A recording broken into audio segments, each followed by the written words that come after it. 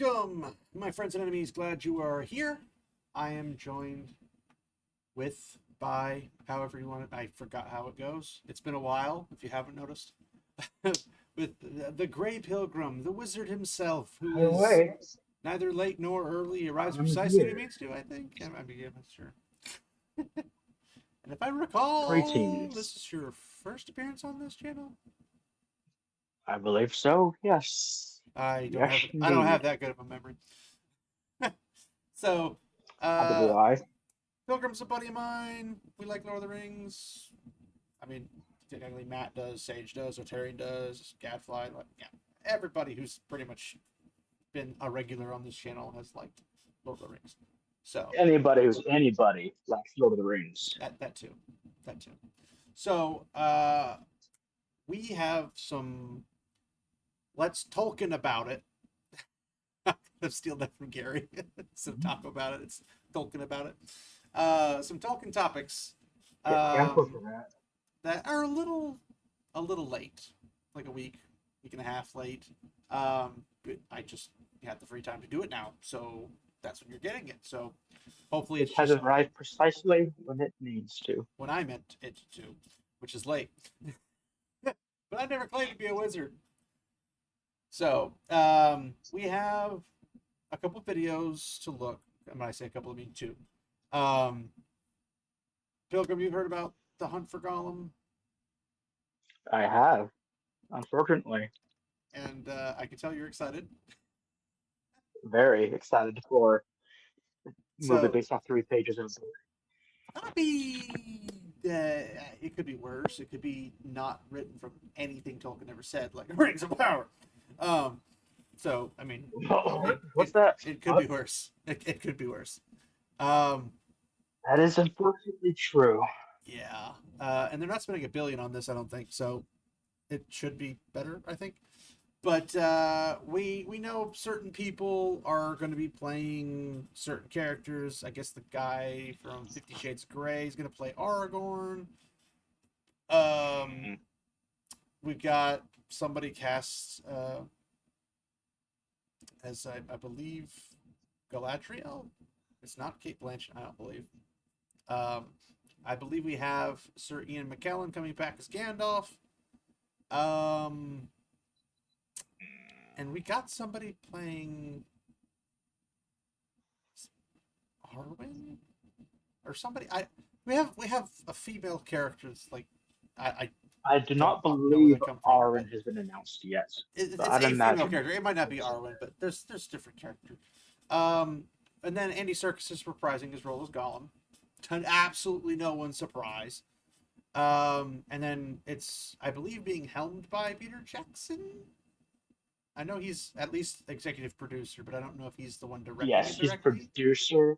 And I Serkis is believe Andy Andy Serkis is the Serkis is director, I believe. directing it. Yeah. Yes. All right, so Andy Serkis is directing. Peter Jackson's executive producing. I believe also with Francis. What's her face? Francis Walsh. Welsh. Was it Welsh or Walsh? Francis Welsh. Walsh. I do not know. One of those. Something. And Lines. the unfortunate person who had something to do with the War of the Rohirrim. I forget her name. Philippa Boyens. Yeah, that one. Boo. Boo. Boo. Uh, it's not many fans in the Tolkien industry for her. Needless to say, Andy Serkis came out here recently, and this one you might not know. I don't know, Pilgrim, if you've been paying attention to it, but Andy Serkis came out and had something to say about the cast, and it's very Mm. white, which is Oh kind of dear. surprising considering Andy Serkis is very much a progressive and he's also a communist. So there's that. I mean, see his Animal Farm movie. Yeah, or don't and be better off for Don't see it, but it. look into it. So he's a raging leftist and he's a bit of a lunatic, but he apparently wants to keep this proper to Tolkien, which is a weird thing to say after having 2 seasons of Rings of Power and a third season about to come out. A little late. So like, And War of the yeah. Rohirrim. Well, yeah, but War of the Rohirrim was more or less white. Um, except for obviously the Easterlings, who are not supposed to be white to begin with. War of the Rohirrim got races correct. It just didn't get like main characters correct.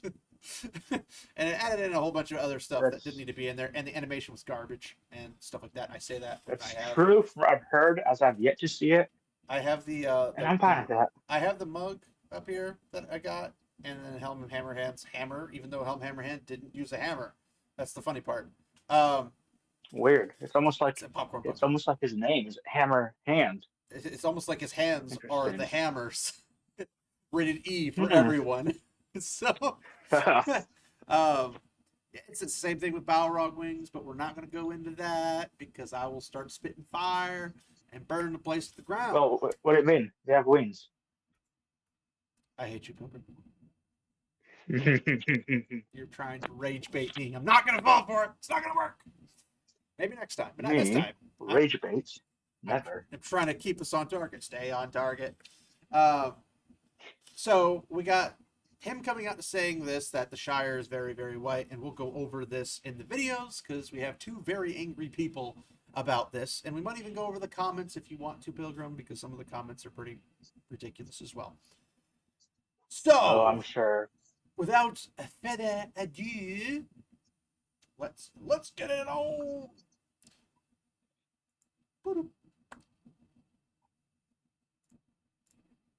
All right.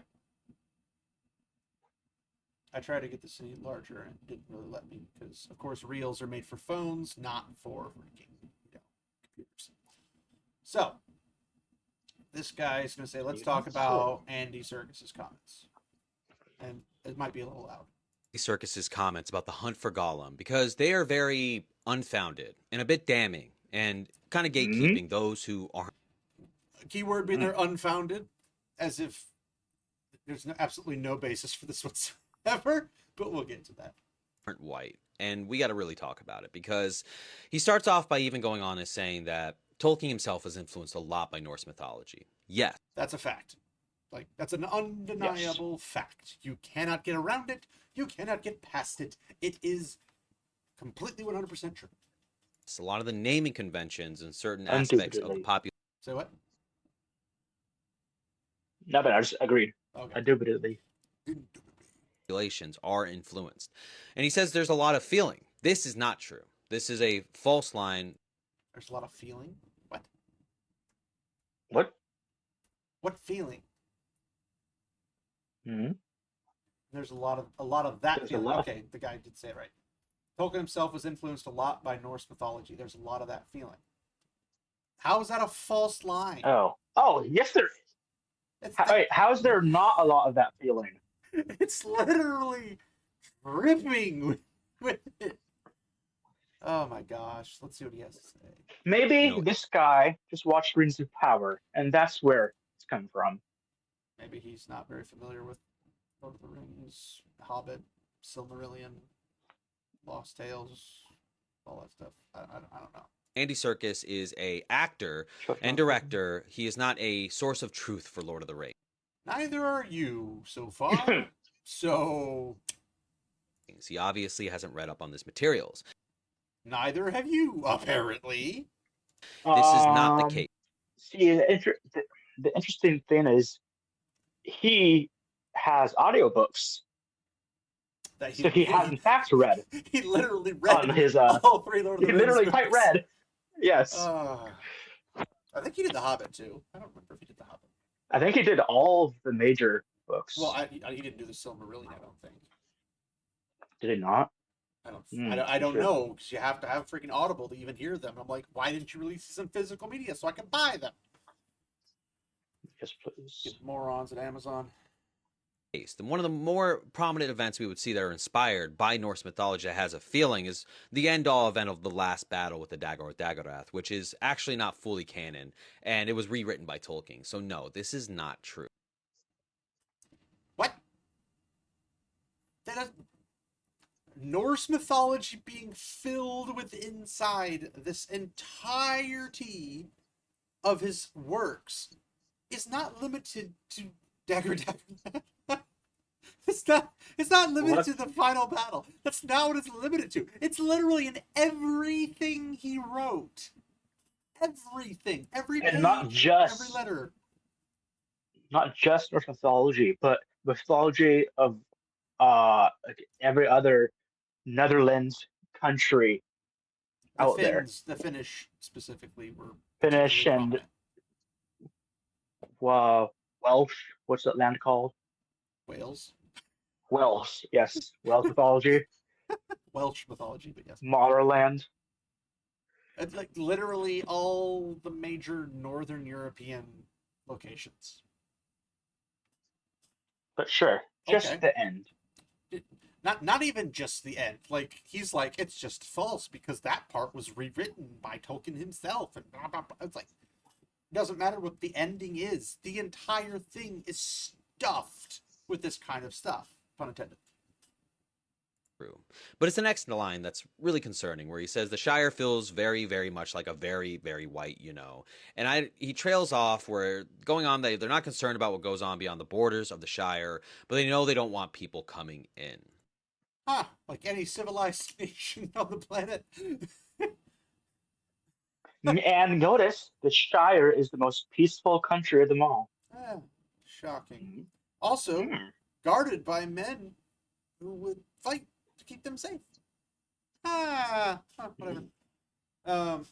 And I don't know if you saw, just recently, another letter was discovered saying that they were in fact Ents around the Shire, confirming that they were Ents, and that Gandalf himself Like the Entwives had specifically, talked or to them. Ents in general? No, not Entwives. Tolkien did say it's not the Entwives. Okay. Just Ents in general have been spotted around the Shire. Well, and elves, and obviously we knew the Dunedain are up in the north, keeping back. Yes, the of bad course, guys. them as well. So it's just, there's so much about this that we have access to. Although I haven't read that letter, so I probably need to get my hands on it somehow. But the Shire feels very, very much like a very, very white, And the next video we're going to watch has a lot more of that particular content in it. But let's just go over this guy's terrible takes, apparently. Oh, goody. And I gotta say, this is nonsense. We know the Harfoots in the prologue are described as darker in feature.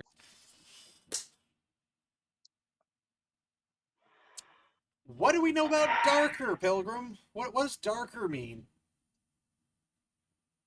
Does it mean black hole? Does it mean the void? What does it mean? What does darker mean, Pilgrim? Well, clearly it means that they are of African descent. Okay, now what do you actually think it means?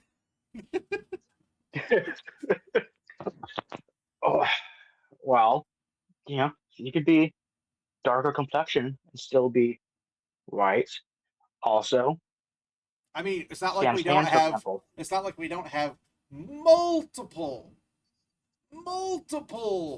ranges of just the white category. And I'm not talking 3 like the Family Guy style. I'm talking you got like 7 different hues or so, give or take a couple. But it's like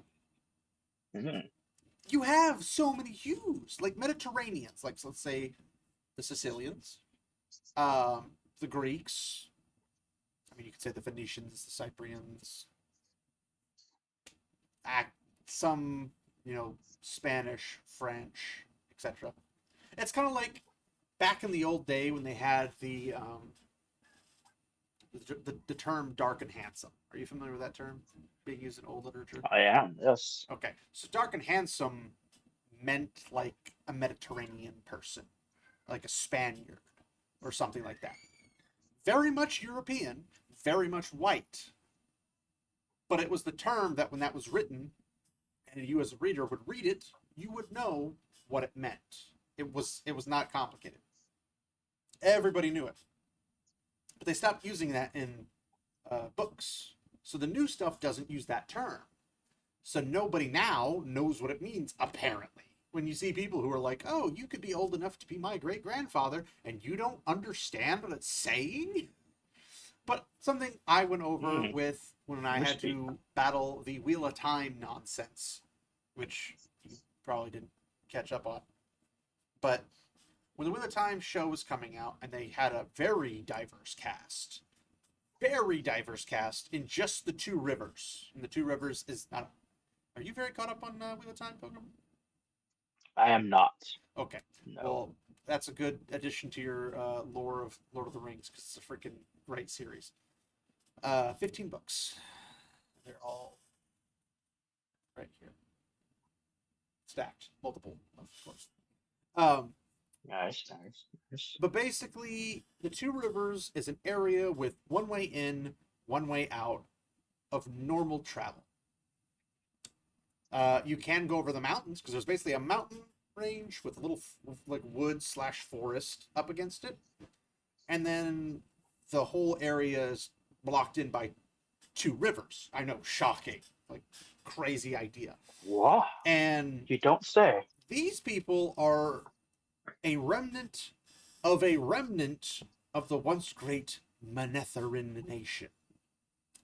And Manetherin was a pretty, I mean, it wasn't like diverse, but it was like a very popular like point. Everybody went through Manetherin for everything. It was like a trade hub, but it was also the capital of the nation.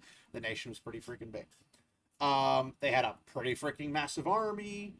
They had a very powerful just people group. Like they were very sturdy and stocky for, any type of hardships and whatnot. Like they went through quite a bit. And me and the boys went and did a video on it. And we broke it down. I did a pie chart and everything where it's like, okay, if you have seven different ethnicities, like all the 7 major ethnicities you have in the world, right? And let's say, hypothetically speaking, Manetherin is all 7 of these, which it is technically possible. It's never really gone into detail, but it is possible. So I was like, let's grant the worst, quote unquote, worst case scenario. In other words, the one that's the most far fetched, and then we'll break it down and see how realistic it gets. So we took 7 most equally amount of each type. And so we have a remnant of a remnant was saved. That's the term used in the books for who survived when a Manetherin fell to Trollocs. And basically we know that there were kids with some teenagers keeping an eye on the kids and whatnot. Very few adults, and a bunch of old people, right? And they fled through the mountains and tried to like avoid stuff and whatnot, and it's like very dangerous travel and whatnot like that. And through that travel, they're only a remnant of a remnant. Keep in mind, and a remnant's a very, very small percentage. So we're like, okay, a remnant's like 5%. So if you had like millions of people, we took that 5%, made a number, and then there's a remnant of that, which is a 5% of that number, and it shrinks it down even more. And it's this very, very small number, and it shrunk dramatically. So we're talking in like less than 10,000 range. And we're like, okay, so we got a bunch of old people. They have to survive winter in the mountains, like snowfall, I should say, not necessarily winter, but like essentially it's winter in the mountains because it's so freaking high up, right? Sure. They're fleeing from the Trollocs, and they survive this whole thing. Or I should say the remnant survives, but there are people in the remnant who doesn't. So it's like, okay, let's say, hundreds, if not thousands of people die because of old age, because they're cold, because they couldn't move, maybe they fell off a cliff, they're reasonable losses that you'd expect in that scenario, considering it's not an ideal situation. It's not like the mountain range is the best source of people moving from point A to point B, generally speaking. And if there's snow up there, it's even worse because now you move really slowly. People get frostbite. People die in the cold because they're not prepared because they had to flee in the middle of a freaking war. We break it down. And we eventually came to the point where it was like less than 5,000 people would have survived this trip from this once great nation. Everybody else was slaughtered to the last man. This really small remnant, and the Trollocs got destroyed too. So like, there's a win-win. Basically, Manetherin was betrayed by his allies, and they couldn't show up for like much longer afterwards. But basically, it was just a bloodbath. But the small remnant ends up settling in the Two Rivers, just not far from Manetheren in any shape or Mhm. form. And even if you took a pie chart, had 7 of the major ethnicities. Over 3,000 years-ish, you have all this 3,000 population with virtually no outside contact, mind you. So it's just these people. Because there's a ferry that comes up later on, that's technically not the people of the Two Rivers, the Taran ferrymen. And they basically have the only way that merchants come in and out to trade with the Two Rivers. And the Two Rivers is Emmons Field, which is the quote-unquote capital, Watch Hill, and Devon's Ride. Now, we broke it down. It's like in 3,000 years, you're going to have all 7 of these extremities of their own, unique ethnicities. And all of them are going to basically eventually get wiped out, right? They're all going to breed out the extremities and basically become whatever all of them mixed together would end up being. That's basically what they would be. But they would all be the same. It's not like the African equivalents were only breeding with the African equivalents. It's not like the Indian equivalents were only breeding with Indians and the Europeans were only breeding with the No. This would have all been blended together at some point. And the Two Rivers are also known for their Manetheren blood, and they're also known to be very hardy and very stubborn, just like the Manetheren people were. So we went through all that. It's like, okay, 7 different, very different ethnicities all blended together come out to be what you might see as like what I would best describe as dark hair with kind of a Mediterranean complexion. I thought very much a Roman when it was described in the books, and I was like, oh, that's interesting. They're very much that tracks. Yeah, they're very much like they're white, but they're not necessarily like pale white. They're like tan white because they're like they have an olive. Tan, yes. They have an olive complexion, which is notorious for say Greeks, Romans, Islanders, that kind of thing. Since most people don't realize that the North Mediterranean, basically the north of Africa, wasn't sub-Saharan. It was just like Phoenicians, Carthaginians, etc. Like there were other Mediterranean peoples. They were just like the Romans and the Greeks. They weren't anything like the Egyptians aren't black. The Egyptians are a totally different group and category. It's needless to say, that's just historical stuff. But it was like, okay, if we breed it out, they're all going to show up as this black-haired, olive-complexioned people group. And somehow in the show, we had white people. We had kind of olive complexion, and then we had like mixed white, mixed black, and then we had a Indian mixed white. We're just like, what? This doesn't make sense. This doesn't make sense. And go figure, it didn't make sense. And then this is the weirdest. They're like, oh no, it's the most diverse place on the planet. It's been isolated for thousands of years. They've only bred amongst each other, and there's roughly around 1,000, no more than 2,000 people per town, and there's 3 towns, so that's roughly 6,000 people. Some of them have really big families, some of them don't have really big families, and even if they did, a lot of the older people would die off, and then the large population of families would go out and have their own farms and whatnot. But there's a couple thousand people per town, and these 3 towns make up basically the whole of the Two Rivers, although obviously there's a lot of land that nobody touches, but essentially through farmland, through whether it be working closer to the woods or hunting or whatever the case might be, there's only so many thousand people that live in this place. And the only instance we're ever given in the books of like when a merchant guard comes in and sleeps with a girl that's there, they basically take the guy, force him to live there, and he has to get married to this girl, and then they have kids. And he basically becomes melded into the group. And it's one dude. Damn. It's like, all right. Keep in mind, Emmons Field is very, very much, the backwater country bumpkins kind of thing. They're very traditional.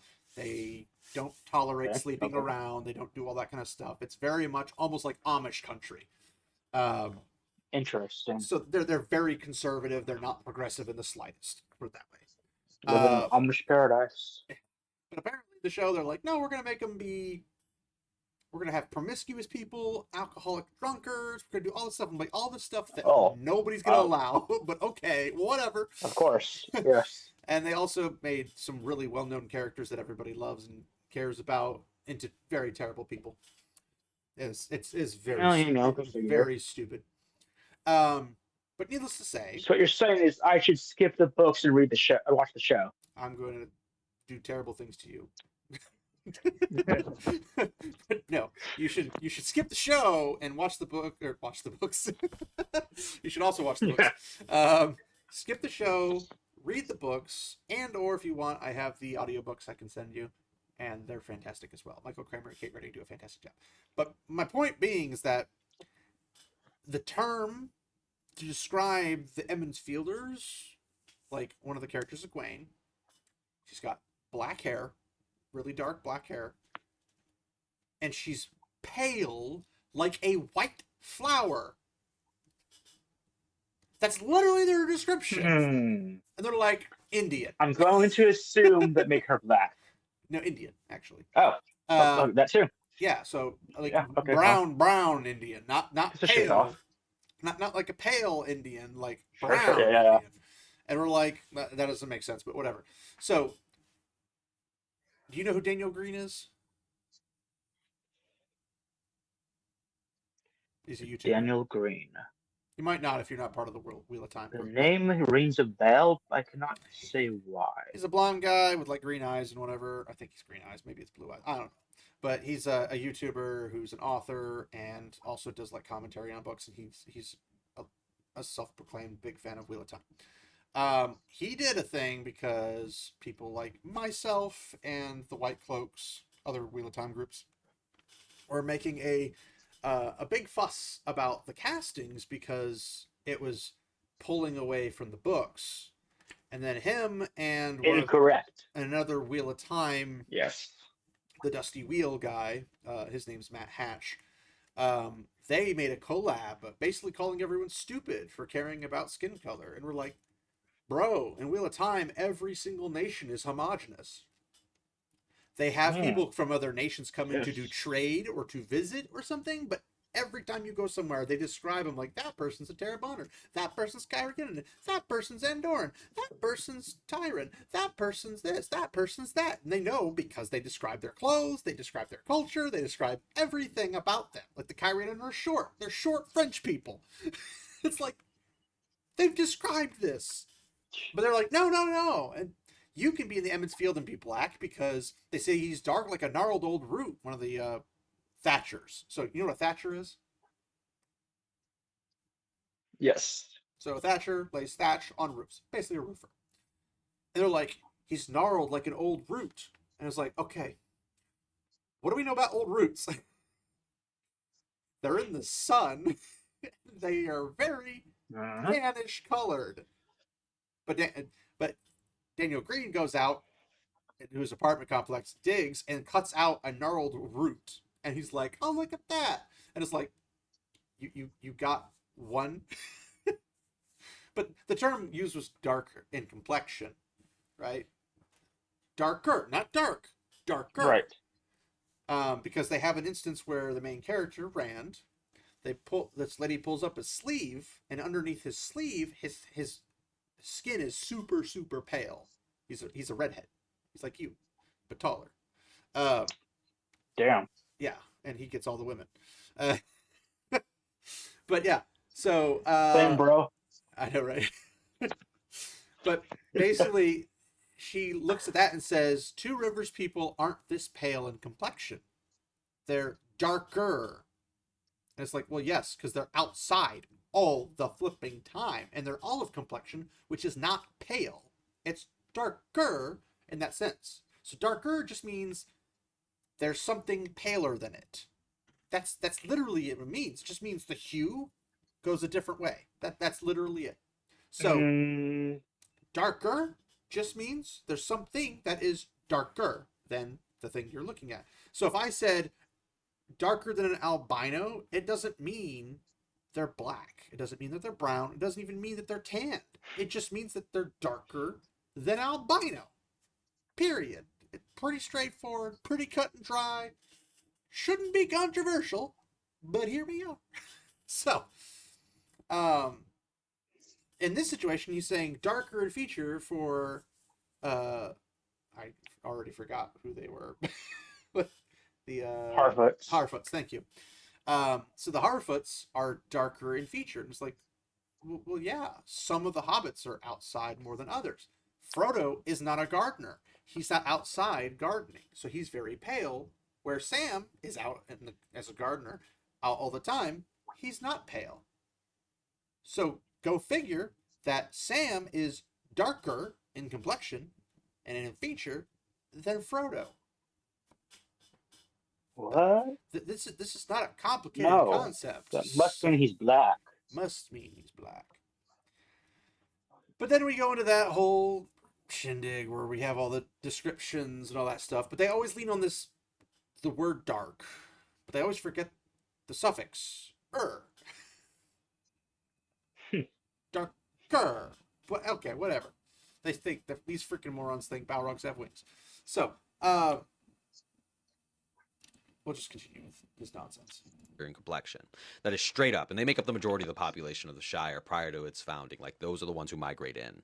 Not only that, Samwise Gamgee is not tan. Tolkien's not an idiot, wasn't an idiot. He knows what tanned is and tanning. He said he's also coming from a time period where they use dark and handsome. But you don't know what dark and handsome is. he had brown hands, not just during the time in the Shire, but also in Mordor. Do you know what the term brown hands means, Pilgrim? I do not. It's a gardening term. It's like the term green I was thumb. gonna say, though. Okay, yeah. Okay, well, so I didn't know that was the term, but I did think, Sam is a gardener, and I work pulling weeds and whacking weeds, and guess what happens? Even under my gloves, I get dark hands. And you want to bet that Sam does not have gloves on? Yes, the servant hobbit does not have gloves. So, he has brown hands. So it's like, it means earthy hands. He's in the earth because he's a lover of earth and nature and everything that grows. Like, he's a freaking gardener. It's obvious, right? You could argue that his hands are brown, but what shade of brown? Bright brown? Dark brown? He doesn't say. Last time I checked. I'd have to look back into it. But ultimately speaking, we're at this point where what do we rely on when it comes to an entire population? Well, typically you rely on the population. You say, okay, all the descriptions of all the characters from this population, what do we operate off of? Like, well, the Harfoots were the majority. Okay. Do the Harfoots marry into any other versions of hobbits? Well, yes. So does that blend any of them? Sure. So even if they were like brown, like really brown, it wouldn't necessarily be that way the entirety of the life. But also keep in mind, these are based off of English folk. And if they're English folk, brown's not a very common trait. and the dark sense. Well, back then it wasn't. Yeah, that's true. Well, we're talking about when they first arrived. So think of the island of Britain. When the English first arrived and began being English, there were probably people that were quote-unquote brown, but they weren't like African or Indian brown. They were more like the dark and handsome brown, aka Romans, Anglo-Saxons, the usual suspects, not these Africans saying they founded Japan. Like, that's What? yeah, that's a thing. Okay. It's like, so all the black people founded Japan and just magically turned into Japanese people? Okay. That's a crazy creation story, but okay. When it's like March and he hasn't even. Go ahead. Okay. Go ahead.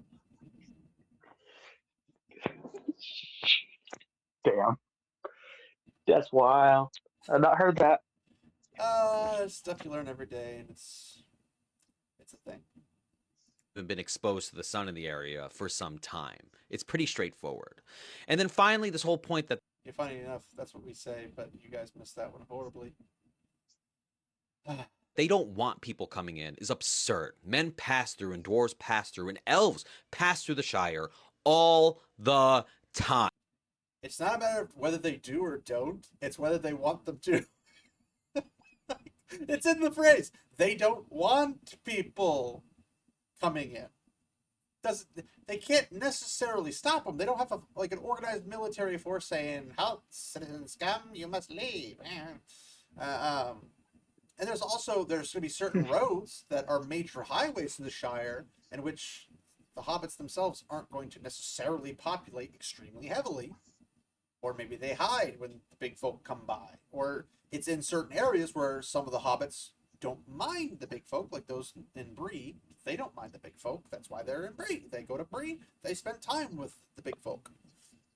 And there's going to be certain hobbits that other hobbits think are when best they dead. see the big folk, when they see the big folk outside of Bree, they note it as strange, as weird, not normal. They talk about it. It spreads throughout the pubs. The Green Dragon. Well, it's also typically, if I recall correctly, the path that the elves take to the Grey Havens and any men that might be passing through and dwarves and whatnot, that's a much further south road. It's not through the middle of Hobbiton. It's not through the middle of the normal hobbit-filled areas. It's technically still in Correct. the Shire, but the Shire is a bigger area than the heavily populated spot. It's like saying, well, they went through New York. People think, well, New York City, they didn't go through New York City. Well, yes, there's a lot of New York, and very small of it is New York City. So, of course, you can go through 98% of freaking New York and not go through New York City, but you're still in New York. You're still in the quote unquote Shire without going into Hobbiton. So it's ridiculous. But even when the dwarves show up with the wizard and everything, everybody makes a big hubbubaloo about it. So it's not like it's normal. And if it was, people there Dwarves.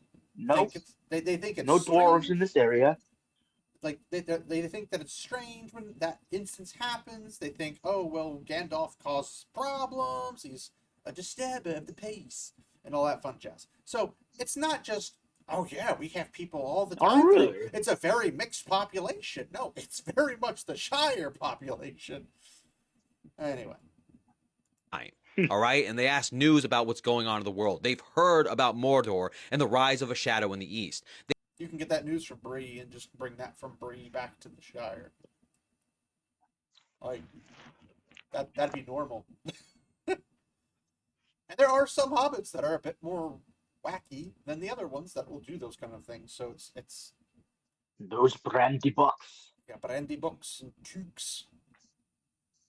They have been speaking about is in the first chapter, dude. And this guy made audiobooks for this in The Hobbit, and The Silmarillion, and The Lord of the Rings. Oh, he says he did the Silmarillion. Maybe he did the Silmarillion. I don't know. How are you so forgetful that you would Maybe because while he was reading through it, he didn't come across these instances you speak of. say something like this without even remembering? But the last line in this article in this interview is the most concerning to me. Serkis goes on to say, politically correct just for casting for the sake of casting and ticking boxes version of the film, when trying to acknowledge the criticism that is a predominantly white film and book. Which, the book I won't even get into because no, it's absolutely not predominantly white. But the movies 25 years ago, Peter Jackson definitely showed us that. They are white. Not. The hobbits are. You notice that they always say it's definitely not, and then you go look at it and you're like, I don't see what you guys are talking about, but okay. Yeah. Like, this guy probably thinks that it was the Middle Eastern groups that went and landed in Britain and were the major English founding force or some nonsense like that. It's like, bro, they're an English-based people comprised of the culture of England, of the behaviors of England, in an English type of place that looks just like England. Tolkien himself is like, I'm a hobbit in all but size. I don't think he's saying he's If it brown. sounds like England, and it looks like England, and smells like England, and talks like England, It behaves must be like African. England. Must be African. Like petticoats, definitely an Arabian thing. Definitely an Yes. African trait. Sub-Saharan being the key. Tea No, time and smoking their pipes. Very, very not English. very not. Or predominantly white. You don't need to say this. And you saying this is more damning than you realize because you have fed fuel to a fire for people who are racist and discriminatory about others enjoying Lord of the Rings. Not No one's ever been racist or discriminatory towards people who enjoy Lord of the Rings. That's never been a thing. Never. Ever been a thing. So him saying that is He, just like he's literally lying and he, making up an you were entire mad event. at the black elf and the black dwarf, and you hate rings of power. You're racist, and you hate us. You know what? There are no white Haradrim. I said it. Boom. I must be racist against white people. Whoa! Whoa. How dare you? The Easterlings aren't white. Whoa! Well, no, we celebrate. We celebrate that one. We celebrate the Asians not being white. Yeah, we can celebrate anytime they aren't white. We must celebrate every time they're not white. I thought we wanted everybody to be white. Like, I Yes. can't keep up with what the freaking current thing in the moment is. Like, it's not like we're going in the book, oh, the Oliphants aren't white, and screaming and pulling our hair out. Like, Give it oh, time. the Give it fish that time. Gollum ate isn't white. Oh! Like, like, we don't care about what people outside of the source material that are not the person who created and explicitly states what the people are in the source material. We don't care about anybody else's view. We only care about what the source material says, and to some extent, the author. An author that contradicts themselves is usually unreliable and can't be used as a source. There are instances of that. Consistency is the Yes. most important thing. Yeah, but Tolkien's very particular, and he knows exactly the cultures he's writing after. So it's it's just a very strange take to say that the guy who wrote it actually meant all the things he did. And Pilgrim, you might not know this, but we did a whole bunch of videos on the Tolkien Society when they did their seminars where they were all Ah, kind of a rope yes. and Gondor in transition. yeah, that kind of stuff. And Ugh. that's what this guy is. He's very much I'm inserting things that aren't there and making them be these things. Mm. So when something doesn't like he reads a single line and ignores the whole context. He ignores the script. It's like when you say, "Okay, we're going to describe this person as darker," and then ignore every instance that these other characters come into play and things trigger it. I'll give a Wheel of Time example because it's the easiest one for me to do. Um, this character named Matt, and he's from Emmons Field. Keep in mind, the quote unquote black people, and they're not actually black. He goes out and sees an actual black person and finds them exotic because he's never seen them before. It's like, wait a minute. If you've never seen black people before, Hmm. how is your Interesting. community have so many black people in it? Like, it doesn't make sense. It doesn't make sense. Um, but yeah, it's just like they ignore those contexts, right? Or another one that's a quote unquote woke one.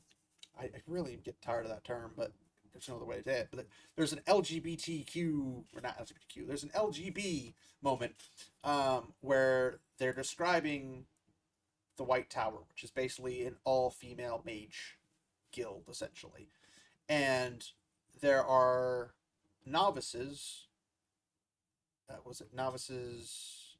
accepted, and Aes Sedai. Aes Sedai being the full-fledged mages, accepted being higher than novices, but they're basically apprentices to the Aes Sedai. And the novices are more or less trying to become accepted to become Aes Sedai. Well, the novices will get together, and they're all girls, and then they get lonely, so they start doing things what they call pillow friends. Okay? Pillow friends implying sexual contact. Like, you know, lesbian stuff. And essentially, there's a line where they're talking about a character, Swan Sanche, and another. Oh, I lost him.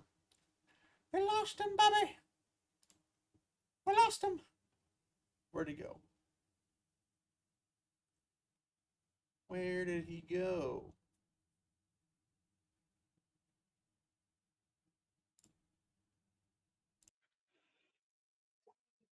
All right. I'm back indeed. Welcome The back to the internet land of the living. is a fun, So, fickle thing. as I was saying, before you rudely interrupted me with silence, Hmm. you have two characters that are brought up as novices. Swan Sanche and Moraine Demedred.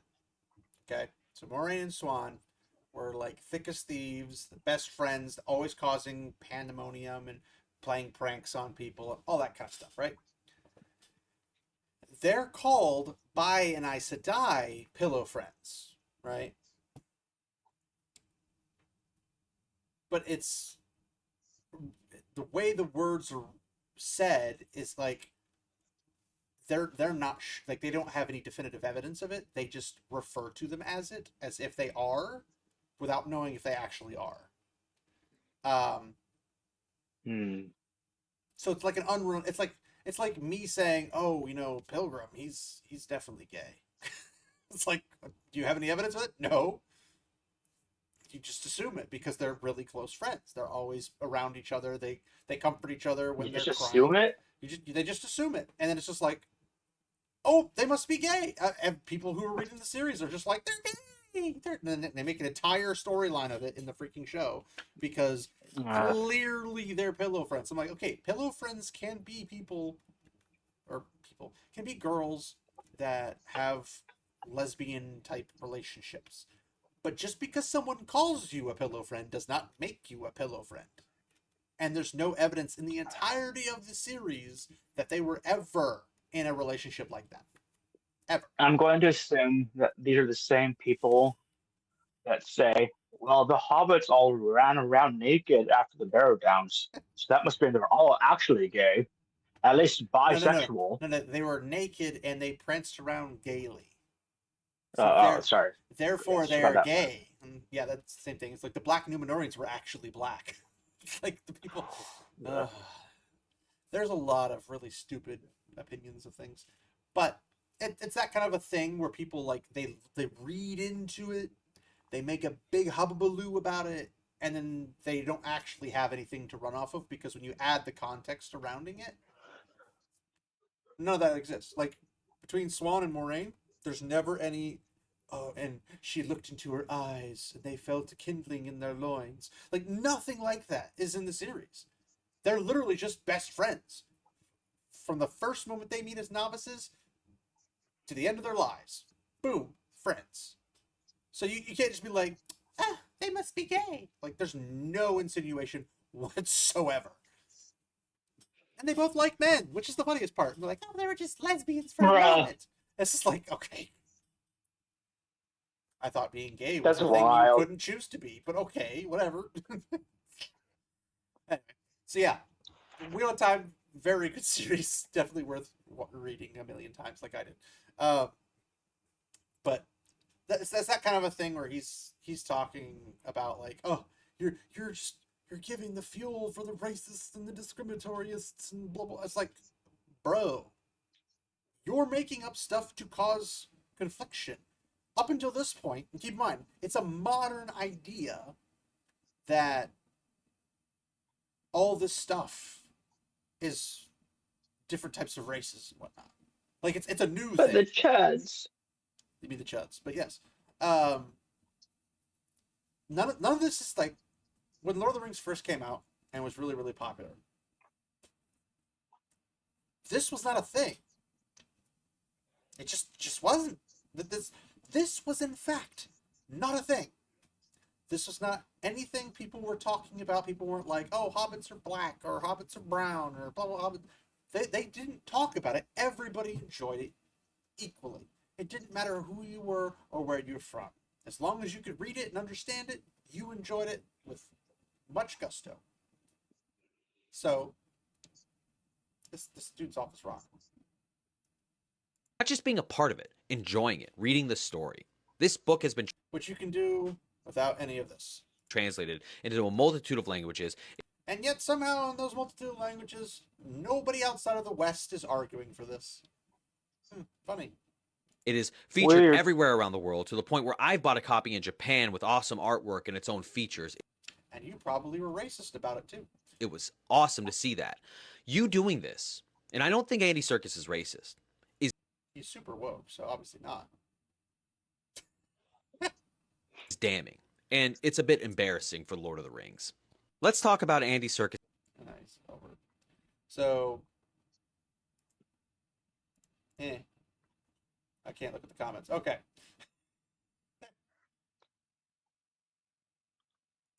Probably don't want to, anyways. Yeah, well, We only it's have fine. so many brain cells that we can't manage. You don't want to get rid of too many. So we have another one. It's also a Facebook reel because they all have here. Although I think this was TikTok, but I don't have TikTok either. So, let's talk about this lady, I guess. And if you look at her shirt when she moves her hands, you should remember this if you watch Rings of Power. Well, I can't quite see her shirt, but I see the hair, Look at the shirt. and You'll see it when she moves her hands. the hair is a bit of a giveaway. Well, I mean, to some extent, but We all know what my video is going to be about today. you see it. You see it now. I do not. So her shirt has Elvish script across it, and below it has the ears of different groups, and all different colors. Oh. Okay. Yeah, it was a Rings of Power thing. Huh. Yeah. Well. So, already kind of null and void on their opinions of that. But hey, she's got Rivendell in the Yep. back. She's got Rivendell in the back, just like you. No. But okay. You must be a woke-tard. Anyway. Andy Serkis did an interview with the BBC where he made an incredibly ignorant and just flat out wrong take. Almost like your take. Woman. Woman. By now, we've all either seen that video or have seen quotes from it, where he tries to imply that there is no diversity in Middle-earth because Tolkien took inspiration. I can guarantee you he never said there was no diversity in Middle-earth. That is a flat-out lie.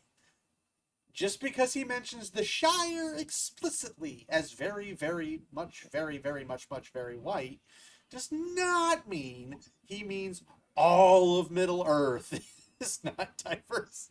Everybody with half a brain cell who can read knows that the Haradrim are not white, the Easterlings are not white, and some men have some darker complexions, but not like that kind of complexion, but they have darker, like more Middle Easternish type complexion. So it's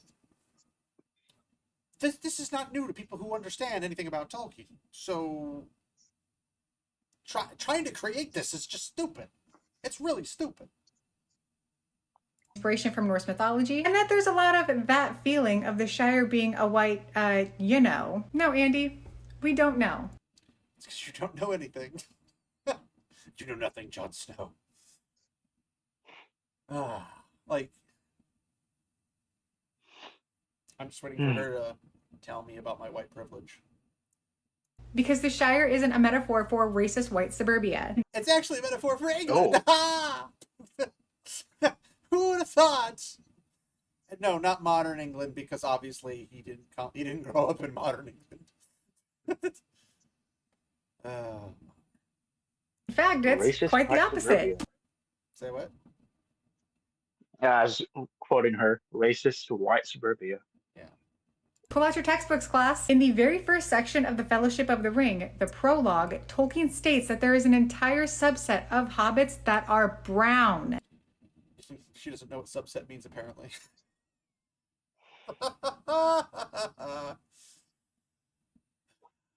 Pilgrim, consult the oracle. What does subset mean, Pilgrim? Well, you have a set, and you have A subset. a subset. That's not what I meant by describe it, but okay. So you have an overarching canopy, an umbrella, you might say. We'll call it hobbits. And then there's individual smaller umbrellas underneath this umbrella of types of hobbits. Some are taller, some swim, some don't, most don't. Notoriously, Bilbo's parent, or no, Frodo's parents. Photo. Not very good swimmers. And you have different types of subsets of hobbits. That's, I think, 3 branches, if I recall correctly. There might be more, but I think there's 3. So, on this subset category line, whatever you want to call it, the Harfoots are one type of hobbit. Gollum comes from a subset of hobbit, but they're the water folk. They're more crazy than the Brandybucks. So they're different. They're all different. They have different builds, different heights, different hair colors. They're different in that regard. But it doesn't mean they're so different from each other that they're not related at all.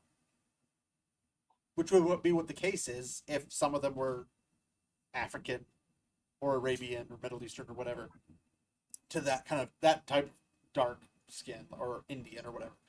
They would have to be entirely different and separate apart to be that much of a difference. But they're all from the same family of hobbits, so that can't be the case. It's like saying every Norse Viking, like, a third of them are black. And they're all from the same ancestors. Like, well, that doesn't add up in any shape or form if they're all mixing with themselves. So, not true. Go figure. Not historical. And that they were the most normal and representative of hobbits. In my copy, the first passage we're going to read is on page 3, where Tolkien starts describing the different breeds of hobbits, the Followhides, the Stores, and the Harfoots. Before the crossing of the mountains, the hobbits had already become divided into 3 somewhat different breeds: Harfoots, Stores, and Followhides. Harfoots, Stores, and Followhides. Okay. Does this make them different races? The Harfoots were browner Yes. of skin.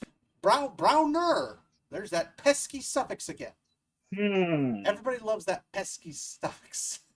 Everybody ignores it. Why does everybody ignore it? Browner means out of the 3 types. Yeah. They have a quote unquote. Let me break the other word back out. Darker complexion, darker feet, not dark complexion, not dark features, darker, which means of the 3, Maybe, they might be the darker of the 3.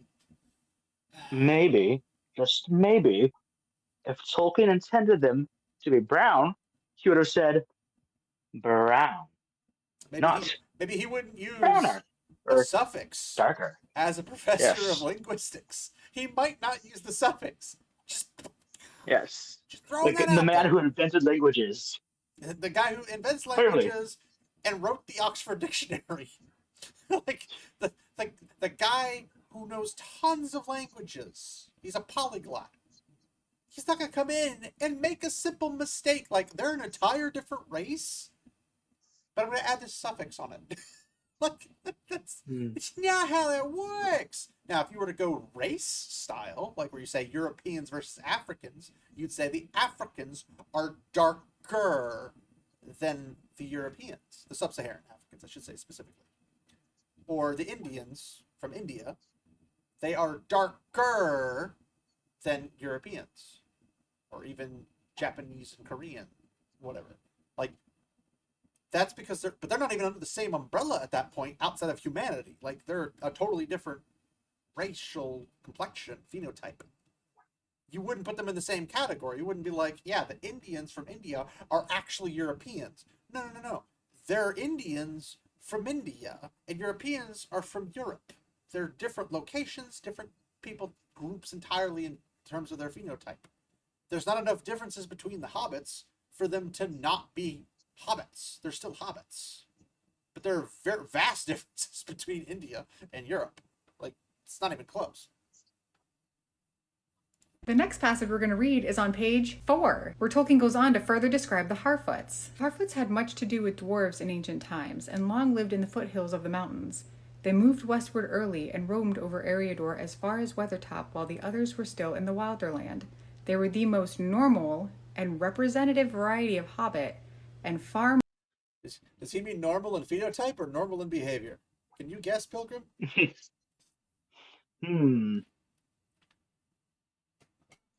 You know, I think that maybe, He meant they like go-karts.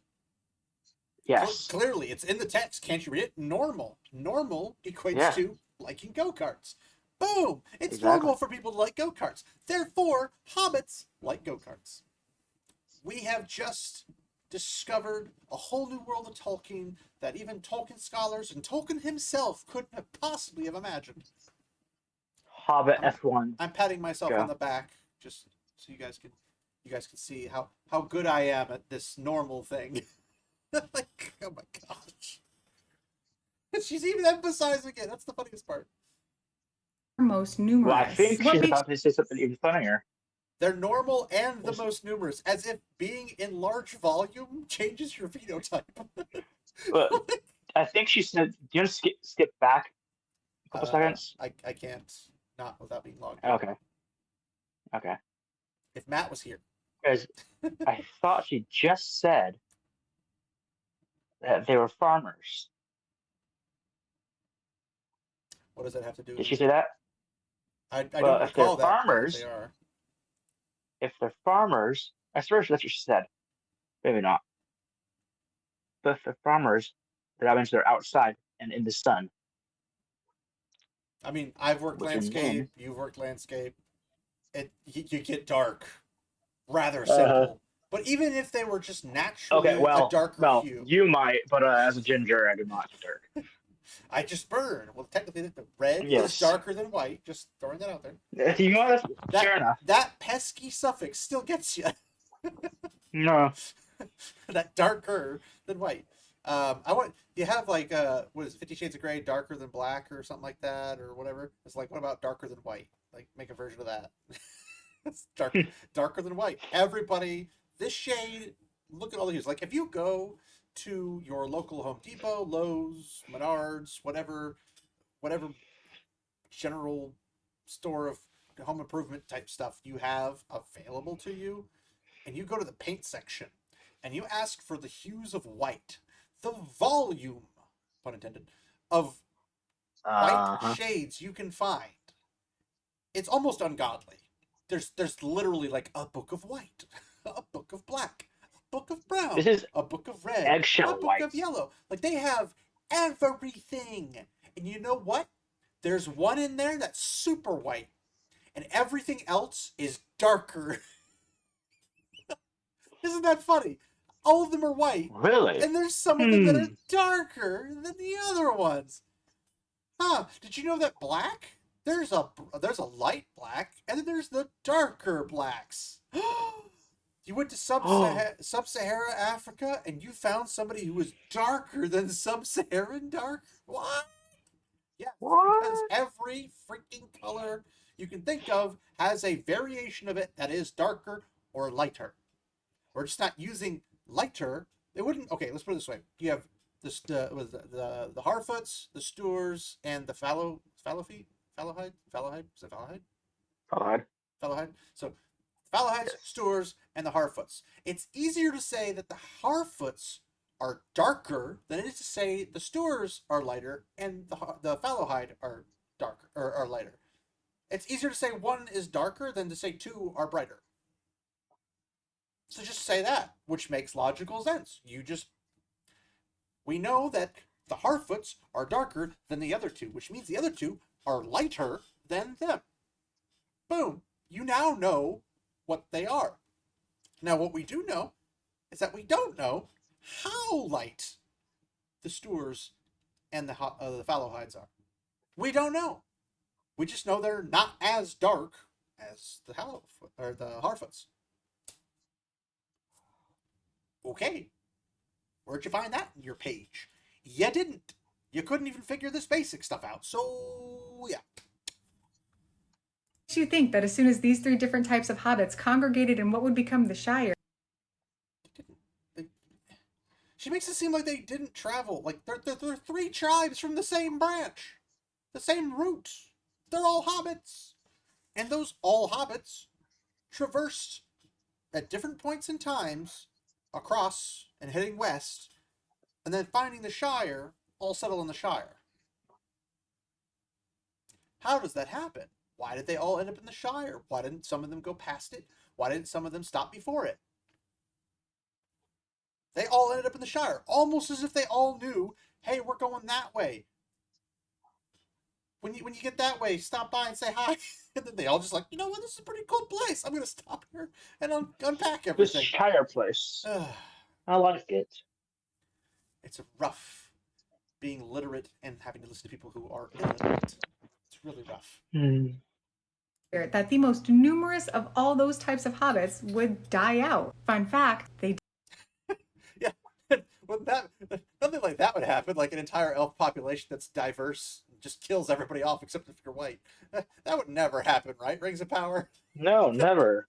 Never. All those brown hobbits that eventually get wiped out, and black hobbits that get wiped out by the time Lord of the Rings comes out, that would never happen. didn't. Wait for that to happen in season 3. Yeah.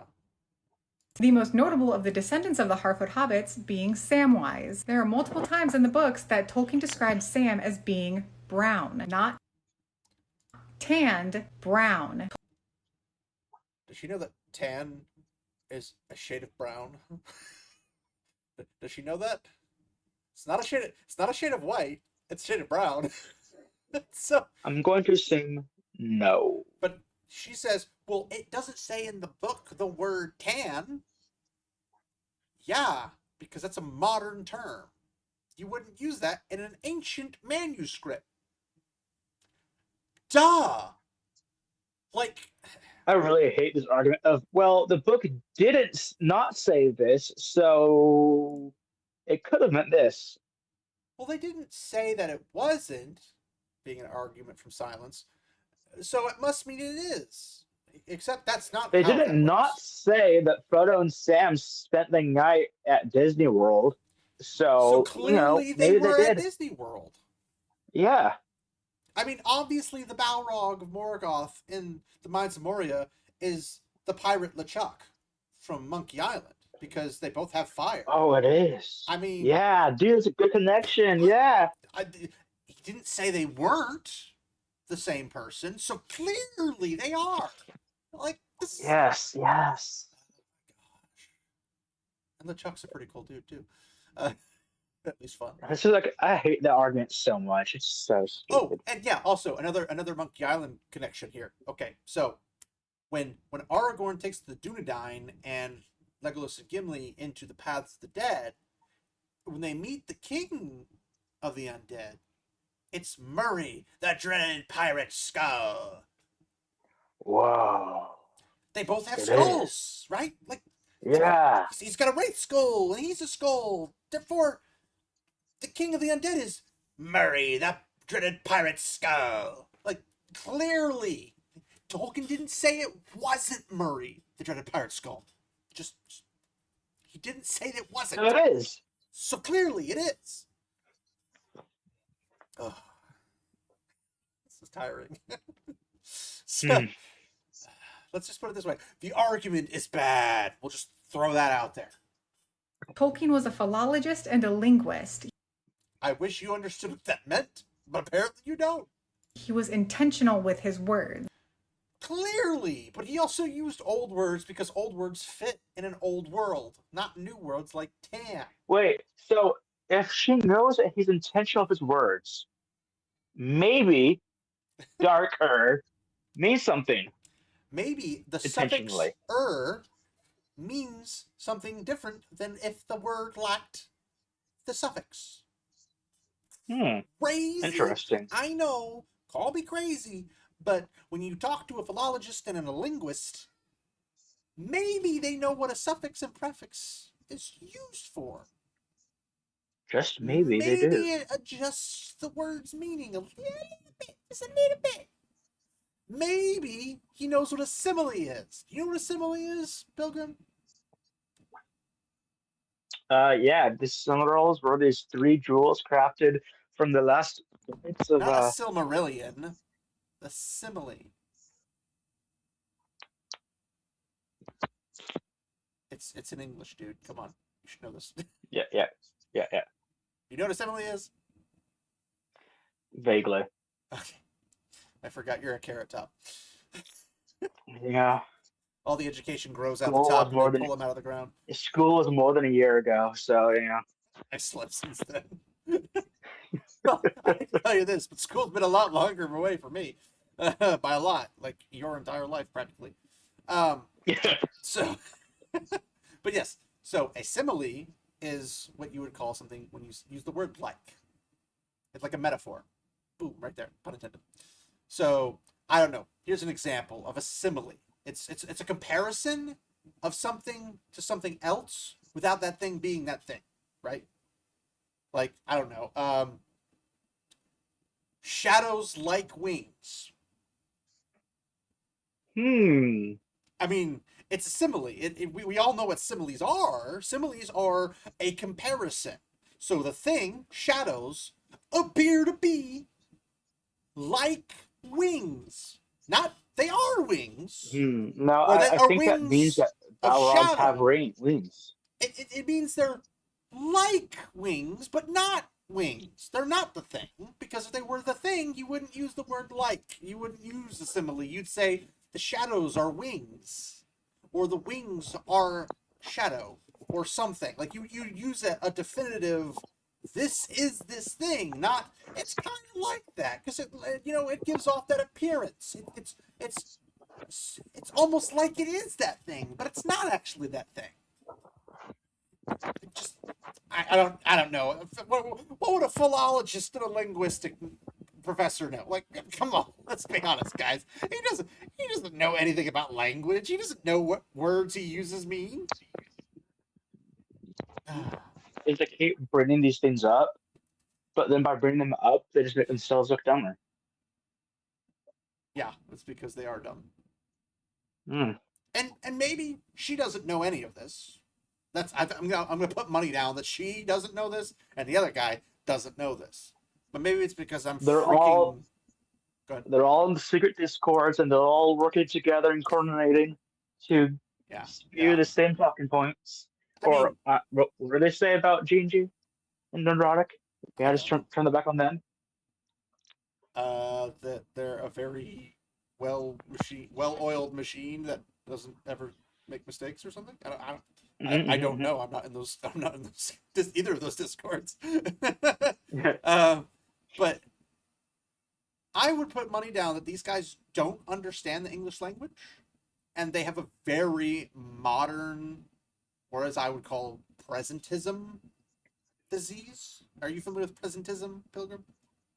I am not. I know you slept since school, but presentism is when you take something that's old and you pull in the modern terminology and the modern definitions and the modern understanding and apply it to Yes. something that Okay. is not modern. So, for example, when Lord of the Rings says Gay.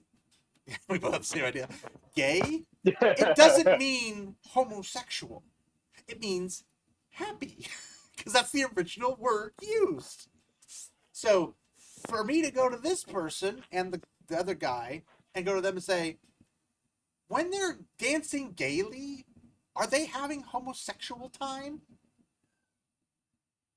And they probably look at me like, Well, obviously, yes. obviously, the hobbits are obviously gay. Frodo and Sam are gay. They're like lovers. Why did I just? They kiss at one point. They're gay. They kiss. Not on the lips, mind you, but they kiss. It's like, ugh. That's why Frodo had to leave, because Sam married Rosie and he's heartbroken. He can't stand it. He felt betrayed. It hurt more than the wound in his heart. And, oh my gosh.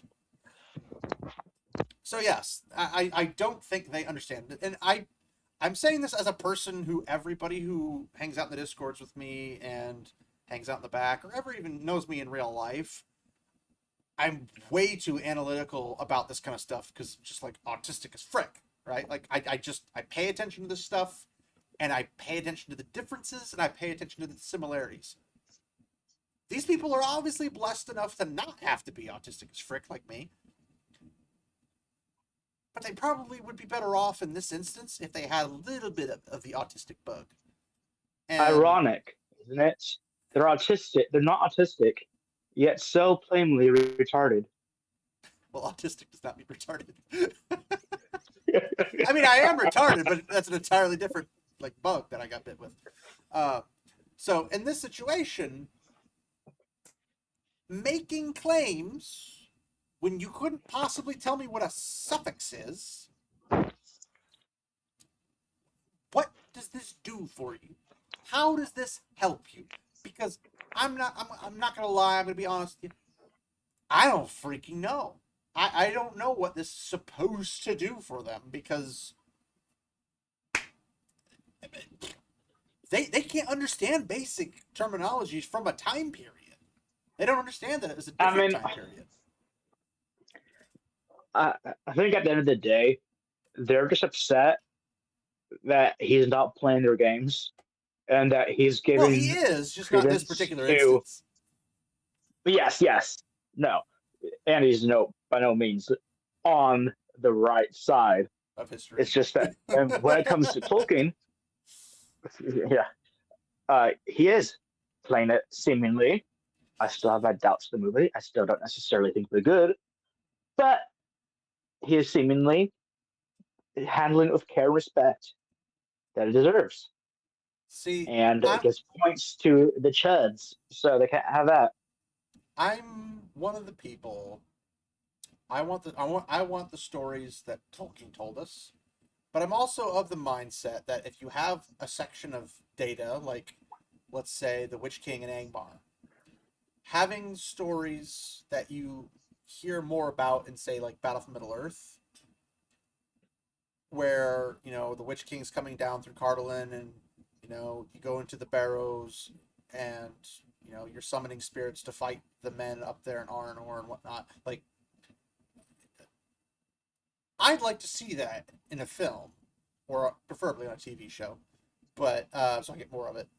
But I'm not necessarily like a fan of them going beyond the data, but I'm also, if you can manage to keep it within the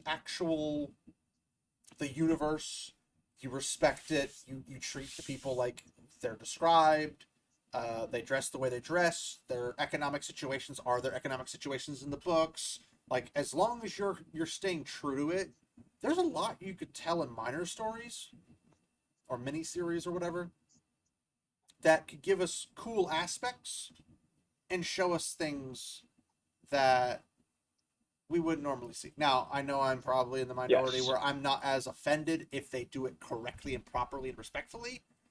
It won't obviously be as big of a hit as, say, the Lord of the Rings movies, or if they ever do an actual TV show remake of it, which is probably the better way to go.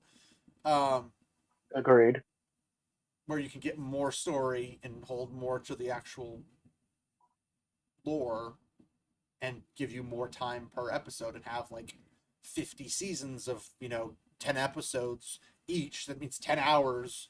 You could squeeze a lot of stuff in there, from The Hobbit to Lord of the Rings to the Silmarillion, each of the stories inside the Silmarillion being looked at more in depth as one vast library of TV time. Like, I would be okay with that if they have minor liberties comparative to what people typically do with liberties. Like if Yes. they have Gandalf with Aragorn on a trail with their horses and they're riding through talking about Gollum, that scene might not be in the books, but it would hold to the spirit of the books as if Gandalf and Aragorn did communicate. We know this. So them having a Yes. conversation about looking for the creature Gollum, that's not out of the realm of possibility.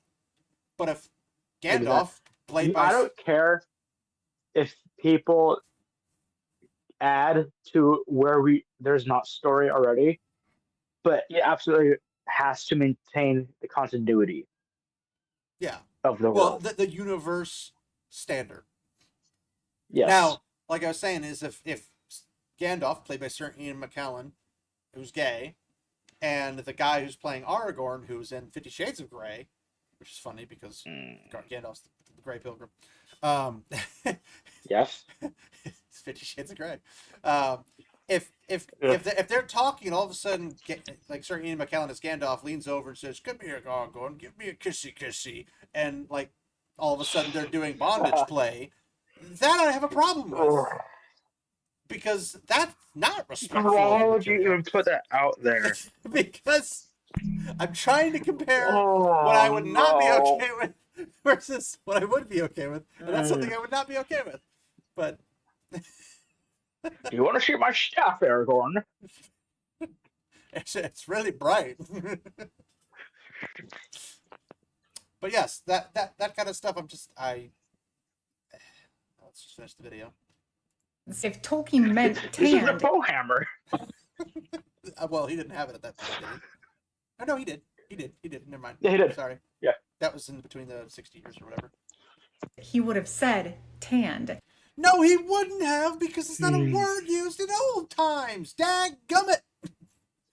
I have the same problem. Okay. So, if I'm reading, like, if I'm alpha reading or beta reading or whatever for somebody, they have like a novel and I'm reading through it or something, Mm-hmm. I don't look at words and say, it doesn't matter what they say, as long as the story has a good flow to it. It's not what I do. I go in and I say, you used a modern term in a fantasy setting. That doesn't fit. So that's something you'll want to change to twist it to be in the location of the time period. I had thought several of these thoughts. Which is Go ahead. arguably the hardest thing to do that gets the most overlooked.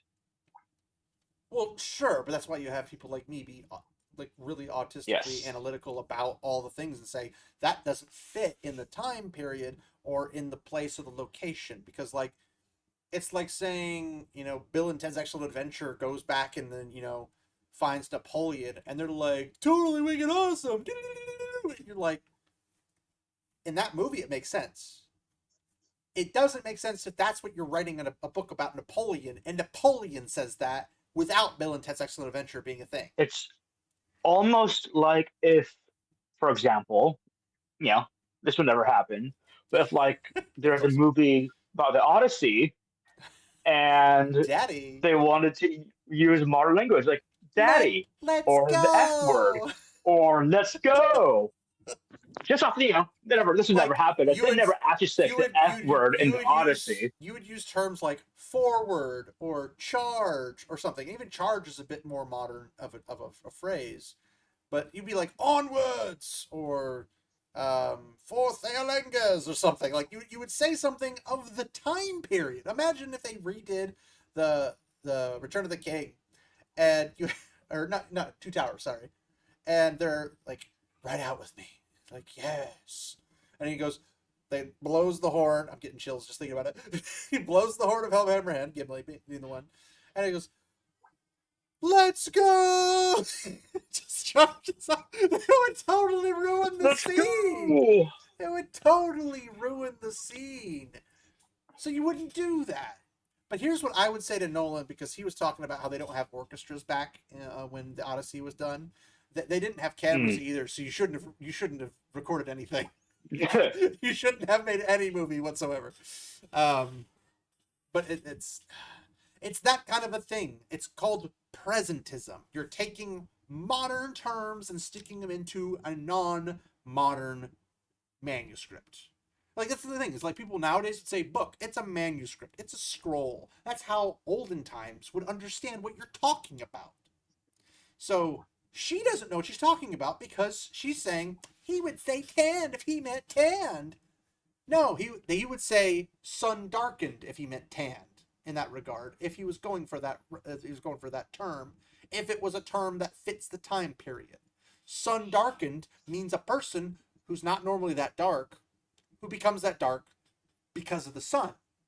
It's a term. Now, it's not the only term you could use. You could say, I don't know, call me crazy, darker. What? What? But these are terms you could use. You could really just use these terms to fit in the time period. No problem. Chef's kiss. Man, just like imagine how stale someone would have to write in today's age for people to understand the intended purpose. Well, it would depend on if they're Like- writing their own thing, but with like horrible presentism all filled throughout it, or if it's something else entirely. Well, I'm just saying, like, if to get these people to understand what they're saying, they'd have to write such as he was white, she was black, he was of an emerald lighter. complexion. Yeah, like they'd have to be like. Good. Can you imagine? I just can you imagine trying to send the second explain? blood. Can you imagine like trying to explain the Twilight books and trying to like He was sparkling. He's sparkling. They're like, Edward walked into the light in his emerald complexion of diamonds and emeralds, and all the gems of his skin was just gleaming in the sun. And then all they can come up with is, he sparkled really shiny like. It's like, that's the best you could come up with? You shouldn't be writing Ugh. books. Let's get this over with. He would have said sun-kissed. He would have said Oh, there you go. Well, there's one option. Sun darkened, sun kissed. Sun kissed implies a little bit lighter, but yeah. browned by the sun because of his time tilling the gardens in the Shire. Yeah, but darker is just a quicker way to say that. It's less words. We don't understand though. It has the word dark in it, so therefore it must be black. I mean, black Numenorians have the word black in it. They must be black, not evil. Oh, wait, you think evil and black are synonymous? That means you're racist because you think black people are evil. It's like, no, they're entirely different categories because they're different things entirely. But she wouldn't know this.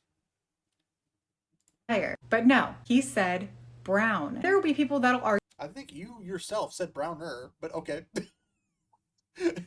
Okay. So you're not even sticking to the word you actually read on this video to us and your other people who watch this. So clearly, you don't even know what you're talking about. racists that say No, anybody. Hell yeah. Imagine calling Tolkien a racist because he would disagree with you because you're butchering the terms he's using. I'm probably even butchering the terms he's using comparative to what he would be used to, right? Like, I'm just trying to hold it as close as I can to what he would understand it because of the time period and that he was growing up in and that he was a professor in and learned all this stuff. But he's writing of an older time way, way, way before his stuff would even be a thing. Like, he's writing a mythology of England. Well, if he's writing a mythology for England, well, guess what? That's way, way back at the beginning, right? Like, you have the whole Eru Iluvatar, the Ainur, the singing of the great song to create things, and the world was flat, and then it became round, and then, like, you know, the creation myth? Like, that's the whole thing he's making, right? So, I can only postulate on what he thinks of what I say, and I'm miles more accurate than she is in any shape or form. Like, no contest. I'm way more accurate than her. I understand this all way more than her. I'm not even an English major.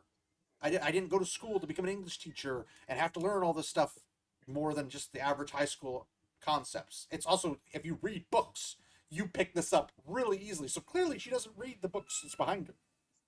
Well, actually, I was gonna say, you know, really funny. They're all cardboard Given cutouts. modern schooling, I wouldn't even be surprised if she is like English teacher or something. Yeah, it wouldn't surprise me. She's like, well, I know Tolkien, therefore you should hire me because I know Tolkien and I'm a really good English teacher. Well, unfortunately, that's not what qualifies you, unfortunately. If that was the case, I wouldn't have to go to college to be an English teacher. I could just go to a school and start teaching English because I know Tolkien better than you do. And I'm not saying that should be something you should be ashamed of, but I shouldn't be the standard for Tolkienism by any means. I like to think I know a lot about Tolkien. I don't know. There's plenty of people who know Tolkien better than I do. I have to constantly go back to the material to remember things because I've forgotten more than this girl's ever freaking understood. So I don't know what to do on that one. Sam was brown because he was a gardener. He spent all his time outside. When Tolkien describes Sam Wait, are you saying he was brown because he's a gardener? Doesn't that imply that he doesn't have a natural phenotype of being brown? It's a shame I can't go backwards. Dang it. Anyway. is brown, it's in the Two Towers and the Return of the King when Sam and Frodo are in Cirith Ungol, 5 months after leaving the Shire. A natural tan fades in They're outside that entire year. What are you on about? Oh my gosh. Well, I think that Sam had an umbrella with him, and he kept it up. You know, those little umbrella hats. Okay, here's this thing. Even with, if Sauron's creating, volcanic billows to protect his orcs as they head to Minas Tirith and Osgiliath and everything, even with that, you still have sun rays coming through. Like, things still get through. It's just less harsh on the orcs if they're covered. That's it. That's literally it. You can still maintain your tan. And plus, your tan doesn't go away in a day. It's something that you stay for a long time. But if you're always outside, it's not like Sam's out there planting stuff and, patting the earth down, and then he goes into the Green Dragon, the sun goes down, and he just, boom, he's bright white. It's not how that works. It's not how that works. It's like, well, he was inside of a volcano, and volcanoes have bright lights. Okay, that doesn't have any relevance to his skin color. His phenotype is not changed because of a temporary instance. in 4 to 5 weeks at most. 4 to 5 weeks, right? Okay. Lady. Can I call you lady? I don't know. I don't want to presume your pronouns. Lady. The frick you on about? Like, they're outside for a year. Minus, obviously, the Mines of Moria. But that was like 2 weeks or something like that. Like, it took some time to get to the mines. But essentially everywhere else, they're outside. Even in Rivendell. Rivendell's an outside house. Like, everywhere is open to nature in Rivendell. Even if you were to go underneath a canopy, you're back outside of a canopy minutes later. Like, even if you slept for the night, you're going to be up and outside under the sun. Is this... I cannot be this crazy. Like, once they leave the Mines of Moria, which is arguably the most time they're in the dark and not accessed by sun, right? Even if it was a month, even if it was 2 months, when they come out, they would be back under the sun. And we're back to where we started. Like, I'm getting excited. And you can't even make the argument of, oh, he was tan from walking to Mordor. Because then explain how Frodo's skin is always described as pale or white when Sam's isn't. Hey, Ginger, tell me why white people can sometimes not be not white. Because God hates us. Like, notice. Remember we were talking about things that Tolkien did not say? Like, they went to Disney World. We're going to Disneyland. Like, notice he didn't mention that? You know what he also didn't mention? Frodo not having a tan. Amazing. It's almost like he just described Frodo. We know what Frodo looks like, and he just presumed, you know how nature works. Like, it's never brought up again, as far as I recall. And if it is, also keep in mind, he got stabbed by a freaking wraith. So that could have some impact in some shape or form to something. Because... And Shelob. Deathly ill. And a troll. And Shelob. Well, yeah, that would drain the blood from your body, that's for sure. But also, Frodo's not like a ghoul white. He's just lighter. Suffix again. That's that pesky suffix. He's lighter than Sam. Because he's an aristocrat.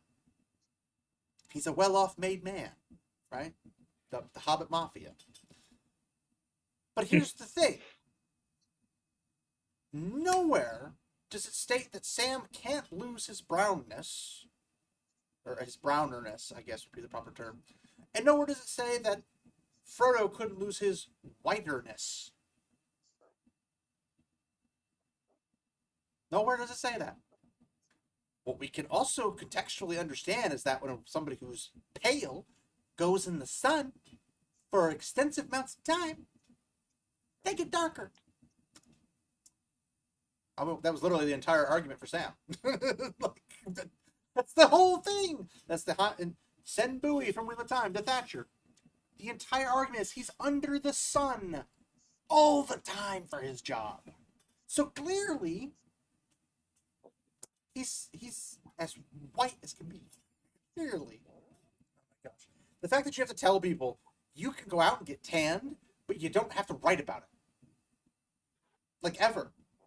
Now, in the instance that we have, say, Rand in the Wheel of Time, when his clothes are pulled up, and it shows that his hand's a different color than his under, that exists too! He's a ginger.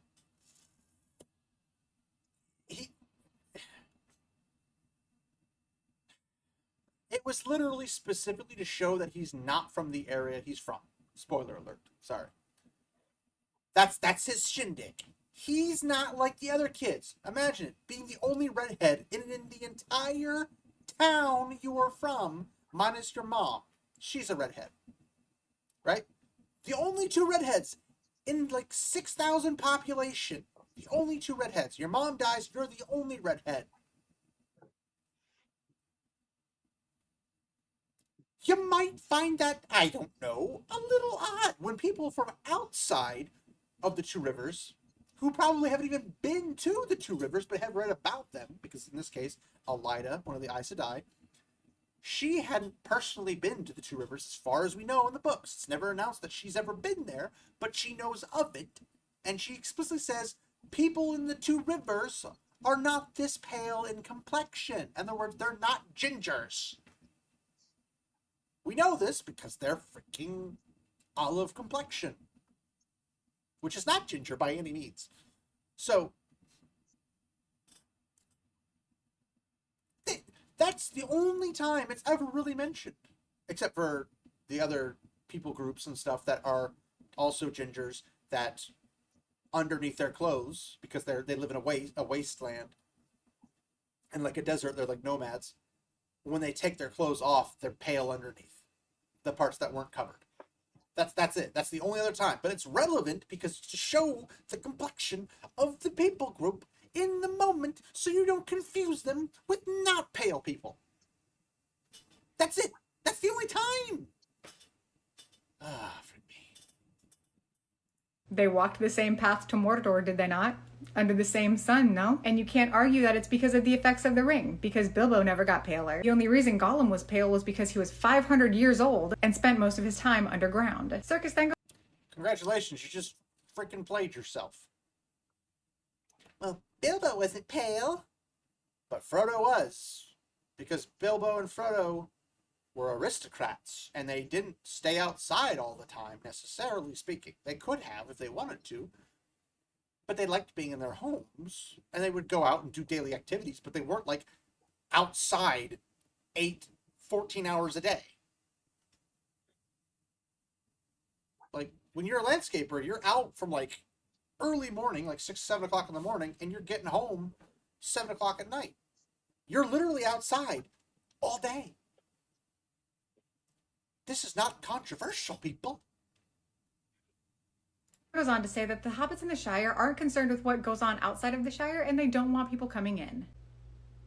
You would genuinely think that this man didn't read this entire book out loud for an audiobook. The Hobbit...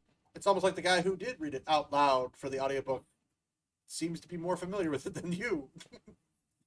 It's funny how that works, eh? are the biggest chismosos in Middle-earth. They themselves are concerned with everything, whether it has to do with them or not. Any worriedness or standoffishness that Shire folk felt towards other people wasn't race-based. You do know that, right? It's actually really important that you know that. They didn't not like someone just because of their race or the color of their skin. You know why they didn't like people? Because they weren't hobbits. The big folk were questionable. That's why they thought the people who were not hobbits, big folk, and even dwarves are considered big folk to hobbits, but they're questionable. It's like the hobbits come from a very traditional honor-based society. And for somebody who's not of that society to come into your place, it might be a different behavior. They're unpredictable. You might not know as much. But you know what hobbits love to do? They love to gossip. They love to gossip. Doesn't mean they like other people. They would rather avoid them. This is pretty common in the Shire notes and stuff. So I don't know what she's going on about. The other guy said the same thing, as if this was common knowledge. Standoffishness came from the way the other person acted. Yeah, the big folk. It's not because they're dwarves, or because they're elves, or because they're humans. It's not because they're black, not because they're white, not because they're yellow, not because they're brown, not because they're purple, not because they're pink. It's because they're big folk. And the big folk behave differently. That's why. Hello, hey lady. Like, this is why Bree was a weird place, because Bree had hobbits and big folk living together. That's it. There were some eastern hobbits that didn't mind being in the company of big folk, but the rest of the Shire didn't want to be in the company of big folk. How is this not common knowledge? Did they not read these books? No. Do you have anything to add to that, Pilgrim? They read Wikipedia. Dude, I mean, they virtually said the exact same thing, which is funny. Because we watched 2 different videos and they said eventually the same thing. Why do they have to become Tolkien content creators? Why not? I don't even know if they're Tolkien content creators. I mean, maybe she is. I don't know. But the other guy and her, like, they could just be content creators, and this just happened to be the topic of the day that they were talking about. I don't know if they're specifically exclusively content based on Tolkien's work. She might be. The other guy doesn't strike me as one that does, but she doesn't even strike me as that much. Like, I see that she's got, like, I think it's a Boromir Funko Pop behind her. She's got the Lord of the Rings Legos. Enough said. Funko Pop, enough said. I mean, She's fake. I have one up here of Gollum being invisible and of Grishnak. because I found them for cheap and they're Lord of the Rings themed, so I said, why not? I'm not really fond of them, but It's Funko. I don't like fun. I have a whole stack of the actual Lord of the Rings action figures, like the full size action figures over there. Yeah. And my dad has a whole upstairs man cave full of them that I'm getting for free, which is why those are all doubles and extras that my dad gave me. but I clearly don't like Lord of the Rings in any shape or form. Clearly. No, not at all. Although I bet I have on my setup here of Lord of the Rings stuff and the stuff I have in my basement, in my man cave, the stuff I have combined is worth more than all that stuff on that shelf that she's got of Lord of the Rings No, stuff. must undoubtedly. Like, the only thing that's going to be putting a heavy weight on me is going to be that Rivendell. That's it. Yeah. $500 for that thing. Everything else is Funko Pops and some books. Which I've got the books. I've got the expensive books. The fake leather or faux leather, Lord of the Rings, Hobbit, and Silmarillion in their deluxe expanded versions with their exclusive stuff you can only get that way or having the originals. I've also got that let's see if you can find it. Oop, where's my head? This thing right here is a sealed copy of The Hobbit plus 2 books by Radcliffe, and they're about hobbits and Lord of the Rings stuff. That thing's freaking expensive as all get out, and I got it for a really, really good deal before anybody found out. But it's still sealed, mind you. And I also have like 3 copies of The Hobbit up there somewhere. So I have ones I read to my kid, one I read to myself, and then I have obviously the spiffy one. I don't know. I mean, admittedly, she has a pretty cool background. I'll give her that. She has a pretty cool background. I can tell she's standing, though. I can't stand that long. Considering how long my videos get, I can't stand that long. Whether or not you were a weirdo, if you were too energetic, too adventurous, if you wanted more than just... They didn't like freaking other hobbits, like the Tooks, because they were too adventurous. You think they're cool with just random big folk being around? Come on. That's the peaceful life that the Shire could offer you. Yeah, and you know what doesn't have peaceful life? The big folk. That's... Big folk and elves, while rare, do pass through the Shire. Yeah, and the hobbits avoid them. Congratulations, you can walk through a territory without engaging with the people that live in the territory. It's very, very simple. Dwarves most commonly and regularly pass through the Shire when traveling the East Road. The beings... Yeah, they also stop by to say hi to Bilbo. Congratulations. You know who thought that was weird? The hobbits. Do you remember that, Pilgrim? I do. Yes. Do you remember the hobbits talking fondly about the big folk and the dwarves and the elves? Yeah, they love them. Yeah. I totally were in love with them. Open borders for everyone, right? Open borders. Open tobacco. Hmm. And other races that pass through the Shire are the Hobbit's main link to the outside world. Again, Tolkien... No, Bree is. Bree's the main source. Because hobbits can go to Bree, get information, and come back and talk to hobbits. And it won't bother the hobbits in the Shire, outside of the fact that they think they're weird for going into Bree. That's about it.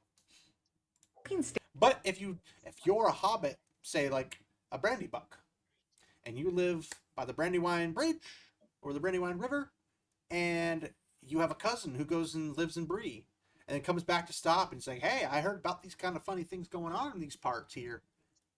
Yeah. What do you think of that?" And then that person's like, "Oh shoot, I'm gonna go tell my friends over here in this place." And then they go tell their friend, and then that friend ended up traveling to Hobbiton with a cart full of vegetables or something.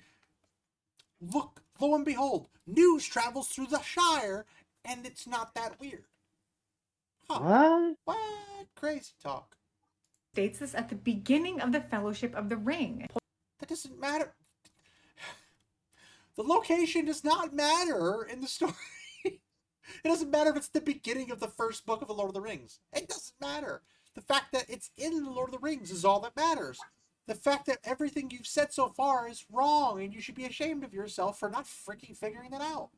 Pull your Fellowship of the Ring out again. We're going to open to page 46 and 47. 46 and 47 are not particularly at the beginning, but okay.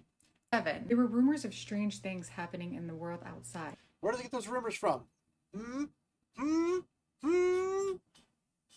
as Gandalf had not at that time appeared or sent any message for several years, Frodo gathered all the news he could. And who did he gather it from? He didn't know any big folk yet. Funny how that works. Elves who seldom walked in the Shire could now be seen. Am I getting too loud? No, you're good. I feel like I'm yelling. I get excited about this. Seen passing westward through the woods in the evening, passing and not returning. But they were leaving Middle-earth and no longer concerned with its troubles. Now, notice who's the subject of this particular area. That's for you, Pilgrim. No, the elves. No. Who's the subject? Who's gathering the rumors? Frodo. And who is this entire thing revolving around? I think it's Sauron. No. It's Frodo. Oh, Frodo. Frodo! So, Yeah. Frodo is trying to hear and listen to rumors. The hobbits aren't going around and search actively for rumors. They're just like, hey, I heard this thing once. They don't care. Frodo's actively searching for stuff. Notice he's not getting it from any big folk because he hasn't come in contact with any big folk yet. Because he hasn't left the Shire yet.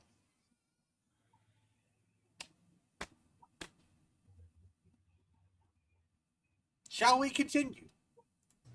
There were, however, dwarves on the road in unusual numbers. Yeah, dwarves. You know who has ties to dwarves? Oh, remind me, Pilgrim. I was going to sing the tune of the Ballad of Bilbo Baggins, but I forgot the tune. So Bilbo. No, it's Sauron, obviously. Yes, it's Bilbo. Oh yeah, Sauron. Yeah, my bad. Frodo, Sauron. who's related to Bilbo. Bilbo. So, Yes. Bilbo would have, obviously, the dwarves come by and visit him as they pass through because he's kind of a big deal to the dwarves. I don't know, it's like he knew their king. It's like he knew all these bigwigs of the Mines of Moria, or the realm of Moria. It's not like he didn't know the most famous dwarves that recaptured the Lonely Mountain. It's not like he participated in it. It's not like he held the Arkenstone in his very hands. It's not like he came face to face with a dragon and lived. Why would the dwarves ever possibly want to come visit this guy? Who knows? Obviously, it's just to raise pantry. Obviously. Well, yeah.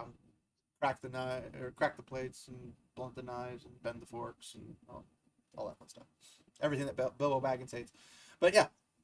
Or to sing about the Lonely Mountain. But yeah, the Misty Mountain, I should say. But thing after thing after thing after thing. Everything she's reading, the context is Frodo's trying to get news because Gandalf hasn't been around. It's the whole freaking point. The ancient east-west road ran through the Shire to its end at the Grey Havens, and the dwarves had always Which is not in the Shire, mind you. used it on their way to their mines in the Blue Mountains. And I'm pretty sure that road is actually south, like south parts of the Shire. So if no one's down there consistently, like living there, people could pass by really easily without ever actually seeing them. They were the hobbits' chief source of news from distant parts, never once saying they Yeah. And when dwarfs come by and they talk to somebody, maybe like Farmer Maggot or something, they're there and they're gone. They're just giving them a little bit. Keep in mind, it does say chief source. Does not mean all source. It also doesn't say how often they're the source. But it says that they're there rarely. Does not say that Frodo had it. Now, I guess you could argue, granted, you could argue that Frodo has had encounters with dwarves because of Bilbo. It's not unreasonable to presume this. Maybe the dwarves came by to say hi to Bilbo and pay their respects and didn't realize he was in Rivendell. Possible. Frodo could say, oh, by the way, any news of Gandalf? Because obviously the dwarves know who Gandalf is. That could be his source. Sure. But that's not the typical big folk. That's just dwarves, just slightly big folk. But granted, let's give them that and say, yeah, that they talk to the dwarves all the freaking time for how rare they showed up or whatever. He's still the main subject. Frodo's the subject. The encounter with other people, rare as it is their chief news from the outside world. How often does that mean they get news from the outside of the world? Rarely. Notice that Tolkien does not tell us how many times he came into contact with dwarves to get his chief source of information and news. He doesn't say. He just It was says 3. they came by rarely. And in that rarity of them coming by, even rarer than that, did they actually talk to them as the chief source. But the chief source does not mean they're getting it all the time. It's not like a constant flow of news. It's not like the dwarves and the elves that are passing by are throwing a newspaper out and says, here, get your Middle Earth, Daily Planet. Read all about it. Read all about it. War breaking out. War breaking out. Sauron returns. The Witch King of Angmar is trying to stab Frodo? What? They weren't welcomed or side-eyed by other hobbits. Andy, do you think they were doing that unwillingly or against the hobbits' will? Moving on, let's talk about this whole Norse... I don't know. Why don't you tell me? Oh god, dude. These people love. These people love to hit.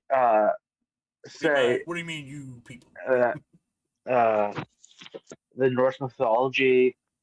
Tolkien didn't actually base it in that, and the whole he didn't actually want to create mythology for Europe. He talked about it once, but he ditched that. Tolkien didn't actually believe any of that. Yeah, except for all the writing he did on it. Yeah, all of it. That's what she's gonna say. mythology part. Well, yes, Tolkien did take some inspiration from Norse mythology. It was mainly in namings and structures when it comes to legends, which is like everything. Oh, here comes Bifur and Bomber. Oh, there's your inspiration. Ori. Oh, there's another one. Glowin. There's one. Thorin. Oh, there's another one.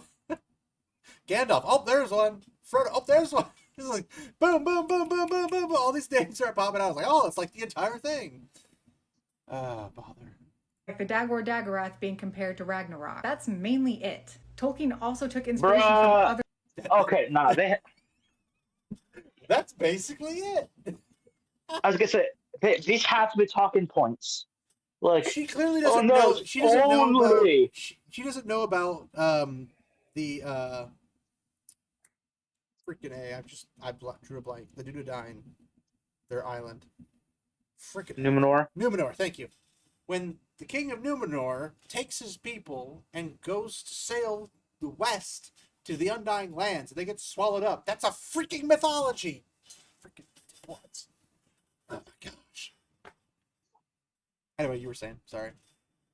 It's just both these people, they go, well, oh, she's at least oh, there's some names, but both of them are it's pretty much only the Dagorath. That's the only thing. First off, why is that the one you go to? But even then, it's the only pisses me off. These people. They don't know what they're talking about, okay. It's one thing to say I don't know what I'm talking about, but here's what I think is going on. It's an entirely different thing to say this is what is alleged, it's a supposed mythology, but it's not actually that. It's just a couple things.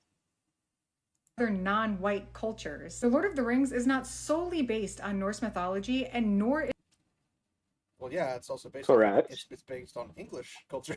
But okay. it a mythology for Europe. Yes, Tolkien did state Not just Europe. England. Specifically. at one point that And I'm not English, mind you. he wanted to write something like a mythology for Europe because Europe Not like a mythology. He England. wanted to write a mythology for England. didn't have one. But that's not what the Lord of the Rings ended up being. And even if it was, Hold up. Who are you to say that's not what it ended up being? Every See, person in England knows what the freaking Lord of the Rings is. Flippin' new.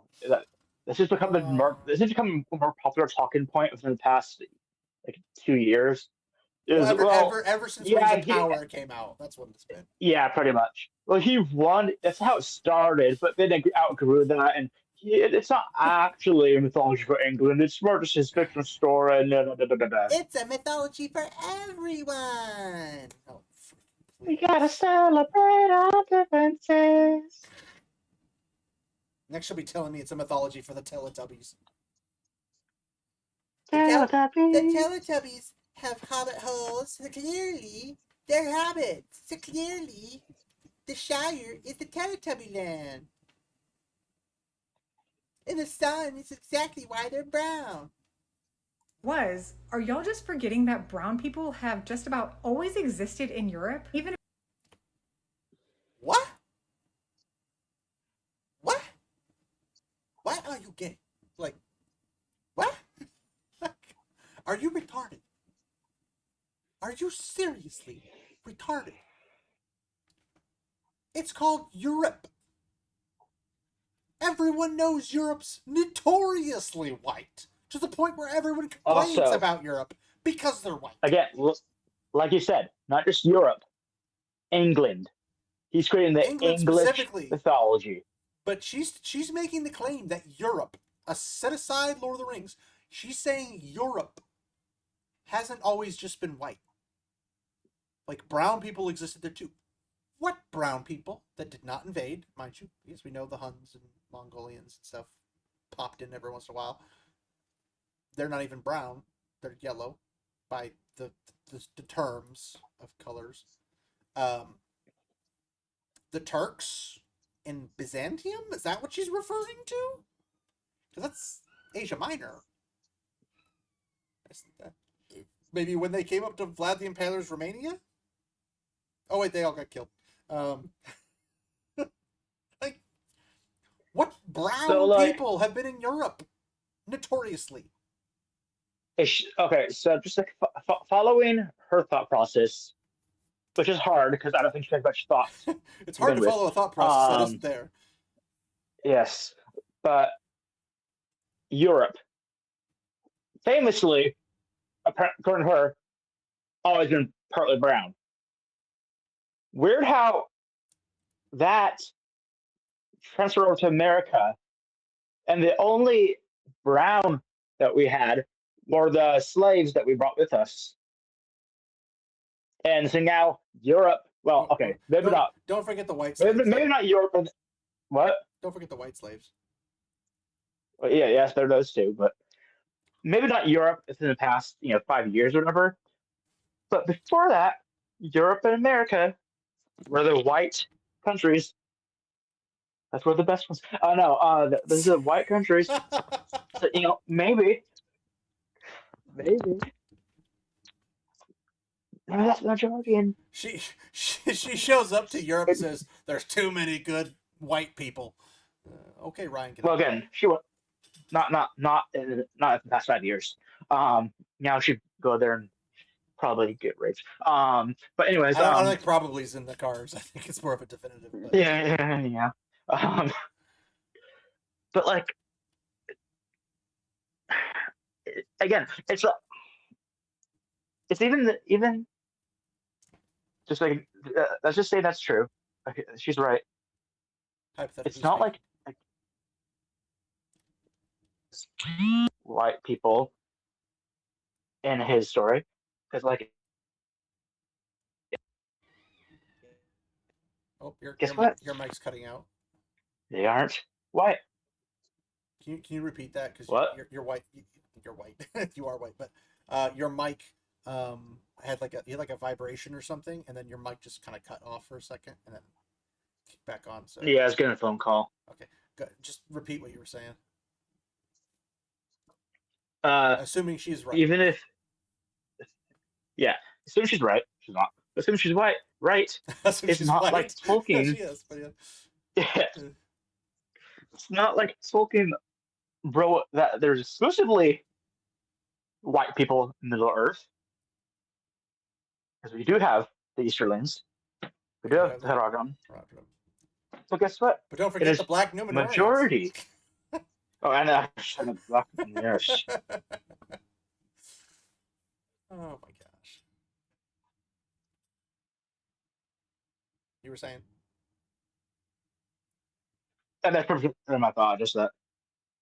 Well, yeah, there is diversity in the stories, and if Tolkien had decided to go on and write more about, when Éomer and Aragorn go and like shut down Harad or Far Harad and Haradrim and the Runies and the Easterlings and everything, I believe there were talks about there being like rebellions in those places, people who didn't want to go work with Sauron.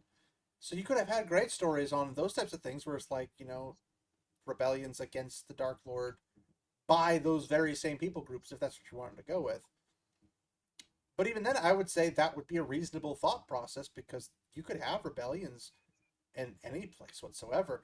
And those cultures don't have the same structure as, say, the West does. So it might be more common for them to have rebellions than it does for, say, the Numenorians. But you could argue the Numenorians had a rebellion when Isildur and his father, Gilgalad, no, Elendil. Holy frick, Gilgalad's an elf. What the frick? Elendil and Isildur. We lost him again. We lost him again. Why? And he's back again. I'm back again. There and back again. There and back again. A great pilgrim The tale. Pilgrim's Tale. But yeah, so we have this. I actually thought about it when you were gone. We were talking about like the racist aspect, or there's brown people in Europe way back in the past and whatever. All stupid arguments.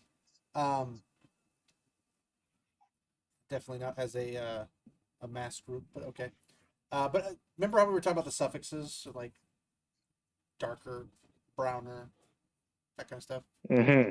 So if you go paint a barn red, and then the farmer comes out, he's looking at it, and he's squinting. He's like, "Huh?" And you're like, "Well, what do you think, farmer?" He's like, "It's darker than I was thinking." Well, it's red, so that's awkward. So okay. It's a shade too dark. Yeah, okay. Well, oh, no, it's a shade too black? What? What? It's a shade too brown? What? It's almost like words don't mean those things that we think they mean, because you're racist. Anyway, let's see what else she has to say. If it was meant as a mythology for Europe, mythology for most people is made up. I mean, for fuck's sake, look. Oh! Is that too loud? I apologize. So we're back to that. Well, it's fictional, so why does it matter? Argument. If it doesn't matter, why are you calling them racist? Hey! But why is your shirt racist? Huh? You have different colors on there because you think orcs are black. Oh, okay. Mythologies are core parts of cultures. Current day, modern usage and understanding of this, the Odyssey, Greece. Need I say more?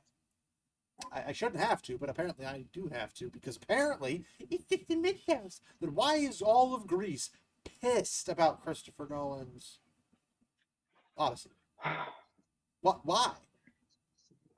I have no idea. Maybe it's their culture. Maybe it's their mythology. Maybe it's because a Greek wrote it. Oh, You know what? I have no idea. She is being racist because she is talking through her white American lens and her white American privilege, and America doesn't really have a mythology. One could argue that superheroes, DC, is kind of American mythology, but It's not. No, the America is what? it's not. I know, but like one could argue that's like closest we 1776 is have. our mythology. But okay, that's not mythology, man. That's just good old American fact. No, So yeah, she's just racist what I was and going to say speaking through her is privileged American lens. she's racist and she needs to apologize to the Greeks who are darker. Yeah, They're browner. And she needs to apologize for insulting them because she's a bigot. Yeah. All right, what other bullcrap can she spew? Loki had children with various animals and monsters. Oh, what? Loki had kids with animals, so therefore, what were you gonna argue? Freaking bestiality's okay now or something? Like, what the frick are you on about? Well, it's made up. It's obviously fiction. Well, yeah. No one ever said mythology didn't have weird points. Do you not know what a minotaur is? Do you not know what a satyr is? Do you not know who the god of the sea is? Like, do you not know these things? Do you know that in the Lord of the Rings it has a mythology? It's called Eru Ilúvatar, the Ainur, the Valar. Do you not know these things? He gave birth to Odin's 8-legged horse. In Greek mythology, Zeus gave birth to Athena A variation of him did, technically speaking. through his forehead. But you draw the line at an Asian elf, a black hobbit. We draw a line with that's Norse mythology, and the Norse are sticking to it, and you don't change it because it's the Norse's mythology. Woo! We draw the line when you start making up BS and you start putting it into something that it doesn't belong in. That's what we draw a line on, because we're drawing a line of the source material says it is, then it is. If it says it's not, it's not. You haven't made a compelling argument. The other guy didn't make a compelling argument. All the Rings of Power stands, as few of them as there are, didn't make a compelling argument. There's a reason it fell off 75% every single season. lol. Like, it's a mythology.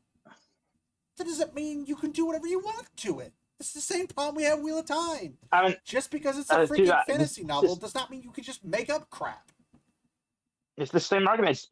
Well, because it's fictional, they didn't not say that they went to McDonald's and got a double cheese quarter or whatever it's called, but A like, Big Mac, but yeah.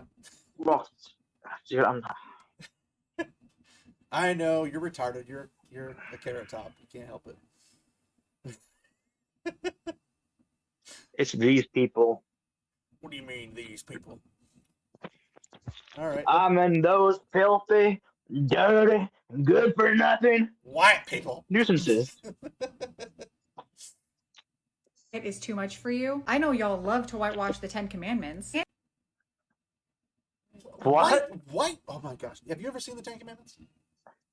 The movie? No. Okay. It's a classic movie, like 3 hours long. Yep. It's a Yep. classic. You should watch it, just at least the first time. It's the same time period they came out with, I don't know, Jason and the Argonauts.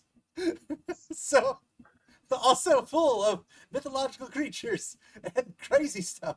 But yes, let's use the Ten Commandments. They're like, well, you didn't use actual Egyptians.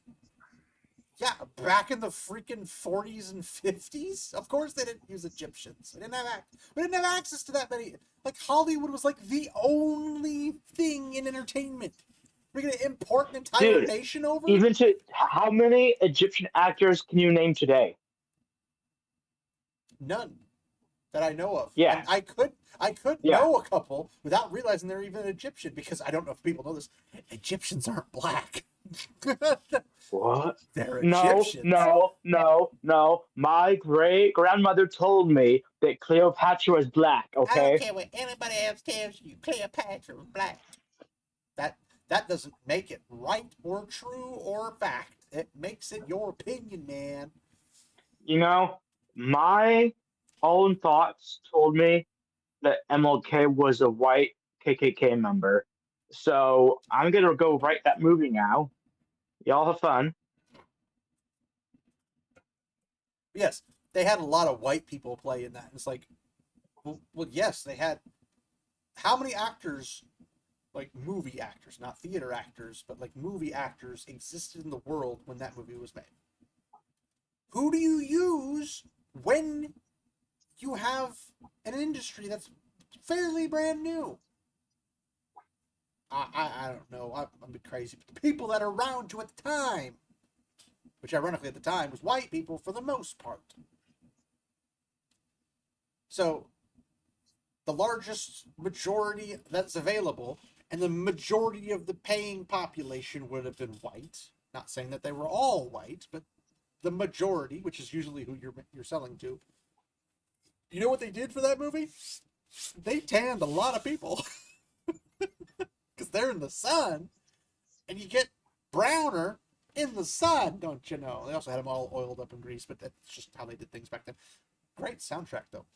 But fun. It's like the same, like Ben-Hur. Like you got one dude who's white, a bunch of Arabs, and you're like, why didn't you use a white person? Maybe because he was white. I don't know, but whatever. Her arguments are freaking retarded. Andy goes on to say this. I don't think we're doing a sort of, we will be doing a politically correct, somehow just casting for the sake of casting and ticking boxes version of the films.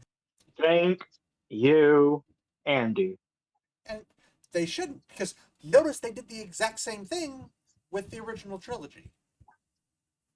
Well, also There's a notice that notorious freaking clip of yeah, Peter Jackson. it's kind of race. It's kind of racist and illegal to hire based solely on skin color. Yeah, if only Hollywood understood that one. Yeah.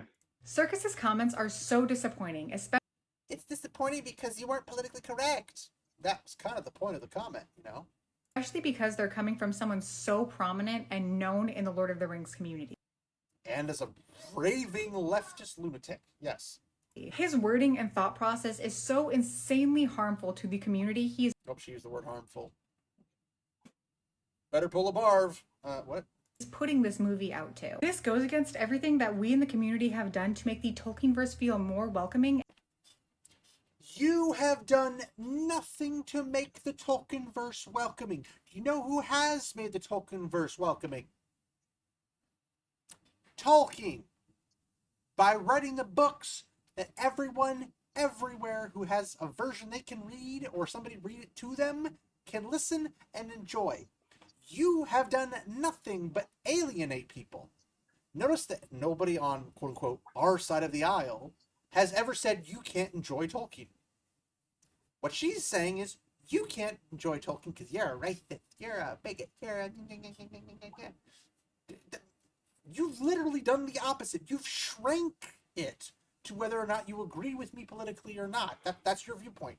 You have to agree with me or you're not welcome in the Tolkienverse.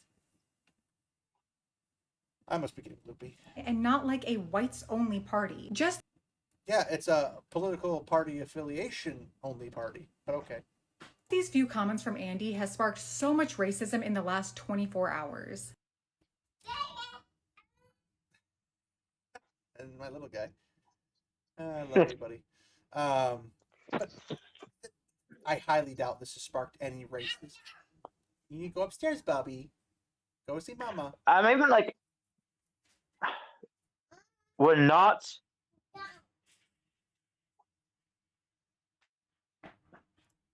One second.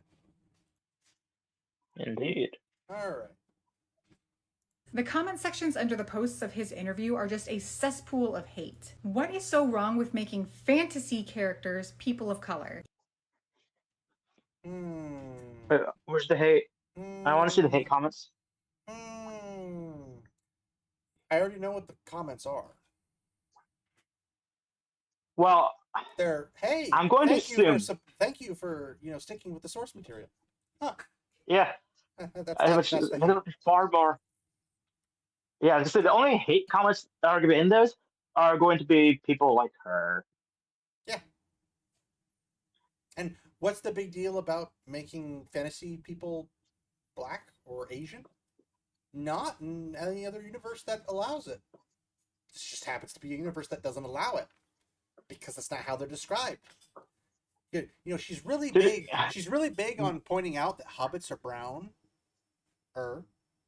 and they're dark, brown of the Chaldeans. But I can guarantee really, you, really big on this. But like, notice you can't find a single thing that says there's Asian elves anywhere. So weird. No black elves anywhere. Clearly, Tolkien meant for there to be black elves and Asian elves. It's just that, like, he just said he didn't point it out because he's not racist. He's gonna be like, well, he didn't say there weren't any, so therefore there are some. Argument from silence, as usual. Nice to see. You want to see a black? You want to see a black? It's a black cat. This could be in Middle Earth. You know why? Because it's a cat. Looks kind of tan to me. Looks darker. Unfortunately for you, she's about as black gets. Wow. If Stephen Colbert, whatever, and his Colbert, whatever. Colbert. Yeah. If in his movie he's like, you know what? We feel that's time for someone to truly give the image that Tolkien intended. So we won't be hiring any white people for this movie. I guarantee you, she makes a video and she celebrates it. Yeah. I'd laugh my head off because it was going to be trash to begin with, but I would laugh my freaking head off.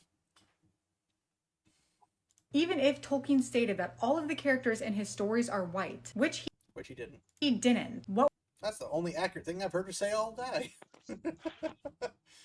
You get so wrong with one clap. The Lord of the Rings. What's so wrong in changing what the author intended and said himself? Well, I mean, maybe the part of changing what the author said himself. As I say, if there's anything to sum up what her idiotic rambling, there you go. Well, okay, even if it is what they said, who cares if we change it? Well, okay. Here's the funny thing. Let's apply that logic to Wheel of Time. I'm going to make a Wheel of Time show where the Pillow Friends are straight. What does it matter? It's fantasy. You got a problem with gay people becoming straight? Why do you care? It's just fantasy. You know what? I'm going to do? I'm going to remake the Woman King? Warrior Queen? What is that? That movie? Yeah. I'm going to remake that, but make them all white people. I mean, you have AI. Who cares? You can do it. It's a mythology. Yeah. Who cares? It's just fake. It's not real. Yeah. She didn't actually do those things. That they made that script up. That's not history. It's fake. It's just fantasy. It's just fiction. Who cares? It's a dumb argument. Is not a historical biography. It is. It's supposed to be a historical mythos, but okay. It's fantasy. It is made up. It is not. You know what's made up? Your brain power, your brain cells, your ability to think with reason and logic. That's all made up. It's fantasy. Based on historical events, it is not based on historical places. So why would it be so wrong for a little black girl to see herself as an elf? Oh, I hate this lie so freaking much. And you know what? They have people who counter it. You know who does? Like when the Little Mermaid came out with a black Ariel. There's a little black girl who said, "That's not Ariel. Ariel's white with red hair." Huh. she enjoyed The Little Mermaid and didn't even have to look like the person who she's watching. Almost like a sane person. Like one of my favorite characters growing up was Lightning McQueen, but I'm not a red Was race who? car. Oh, Lightning McQueen. Yeah. Ka-ching, ka-chow, ka-choo, ka-chow. You struck me more as If of you a are Mater so person, but yeah. shallow that you need to see someone that visually looks like you to be able to relate to them, then you're not an empathetic person, and you are just of lower intelligence, and you probably have You might be no racist. should have say in anything regarding how future scripts should be done. I grew up watching Jackie Chan, Jet Li, Chuck Norris, all the martial artists and all that stuff. I didn't watch Bruce Lee and be like, it's kind of racist. They didn't make him white, so I can feel like him. I'm not even freaking Southern. I don't know why I did that. But whatever. I didn't say that. I didn't say, man, Jackie Chan should have been a white man. Because then I could, go out there and I could think I was him. I could relate with it. I could understand his kung fu Rudy. All that fun fliggery voodoo. I could feel like that person because it looks just like me. No one's doing that. People say, man, Jackie Chan's freaking cool. I'd like to be able to listen to her and hear out what she says, but I'm not a liberal retard woman, so I can't. I don't understand retardedness. Which is funny because I am retarded and I still can't understand this retardedness. In Middle Earth. Why is it a bad thing for brown boys to... It's bad because you're sacrificing quality and the source material to infect it with things that aren't there. Your idea of what needs to be in it, go figure, it's a fantasy. It's your fantasy of what should be in it. You just said it's a fantasy, what does it matter? Boom, back in your face. Your concept of what needs to be in it is a fantasy. What does it matter? Why should anybody care? to see themselves as one of the Dunedain? What is so wrong with any... How can one see yourself as a person who lives 400 years if you don't live 400 years? I don't care what your skin color is. You can't put yourself in the same concept as a Dunedain.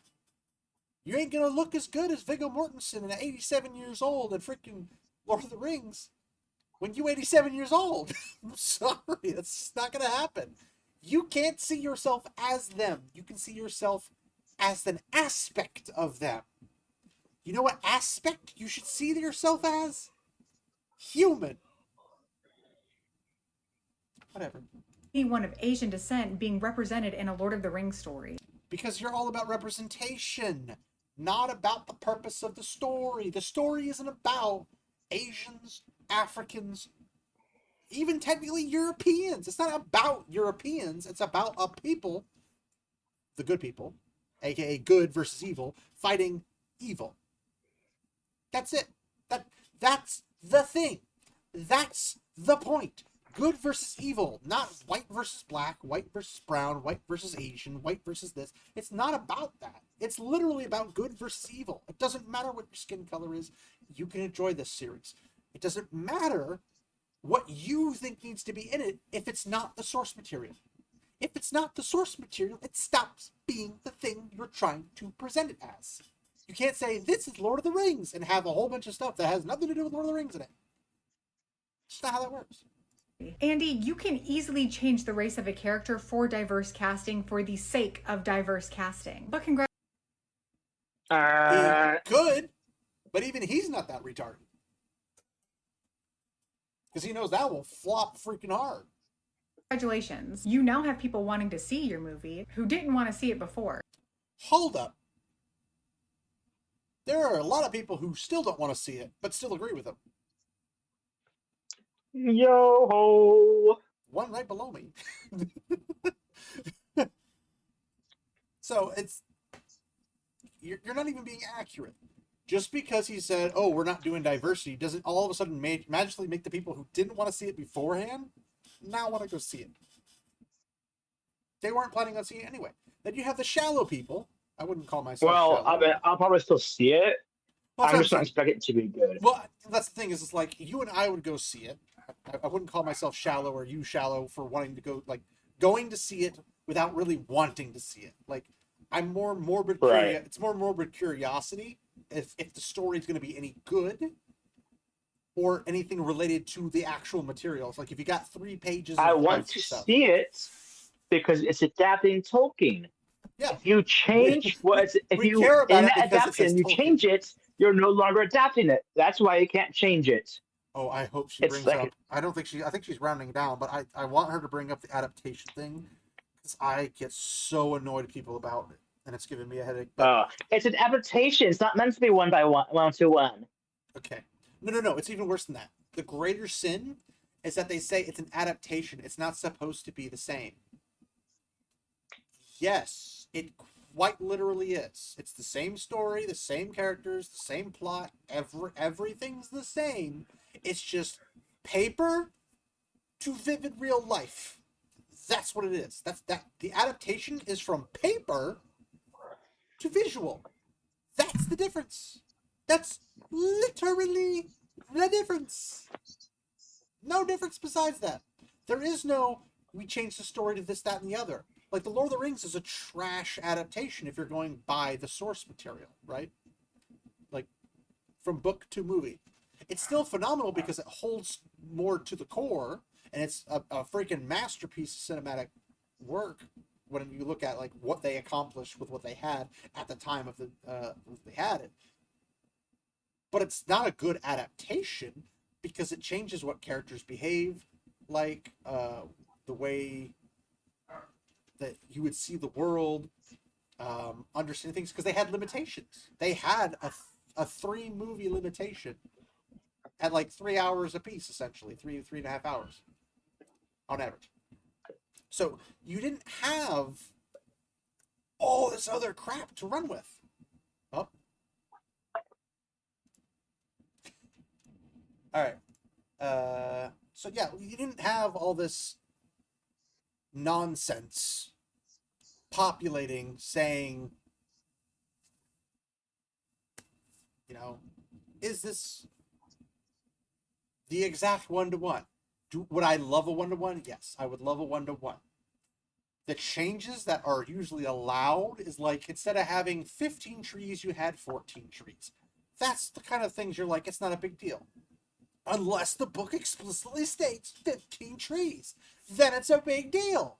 That's how you tell something's a big deal. If it's explicitly stated, aka the race of a people group, or the type of horses they ride on, or lack thereof horses and more of wargs, Oliphants, Gollum, does he eat fish or does he eat a freaking pig? We never see anything about Gollum eating pigs. Could he eat a pig? Sure. Does he eat a pig? Not that we know of. He eats goblinses, nasty goblinses, and he eats nasty humanses, and everything like that. Like he eats what he has to survive, but it's usually wildlife to some extent. But we have no actual written source material confirmation that he ate a pig. But if you had him like crawling through a farm in the Hunt for Gollum and killing a pig and eating it, it wouldn't be a crime against humanity because it's just not spoken about. But we know that his proclivity to eating animals is there. A pig is an animal, and if he's passing through an area, killing a pig is not an unlikely concept. It's that simple. It's that straightforward.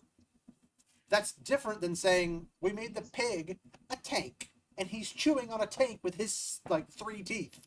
Like that's a problem. That's an adaptation by these people's freaking moronic standards. I need to breathe. Who had absolutely no interest in it, who actively talked shit about it, saying that it wasn't needed. You now have them wanting to see your movie because of your ignorant and just downright racist take. And for those of you who will come in the comments and say, don't make Lord of the Rings political, newsflash, buddy, Lord of the Rings is political. Tolkien was a very politically motivated dude. I will never shut up about it. As a prominent creator in the Tolkien community who is white, it is my job. Oh, there it is. She's allegedly a prominent white Tolkien It is her job because she's white. Shut the hell, dude.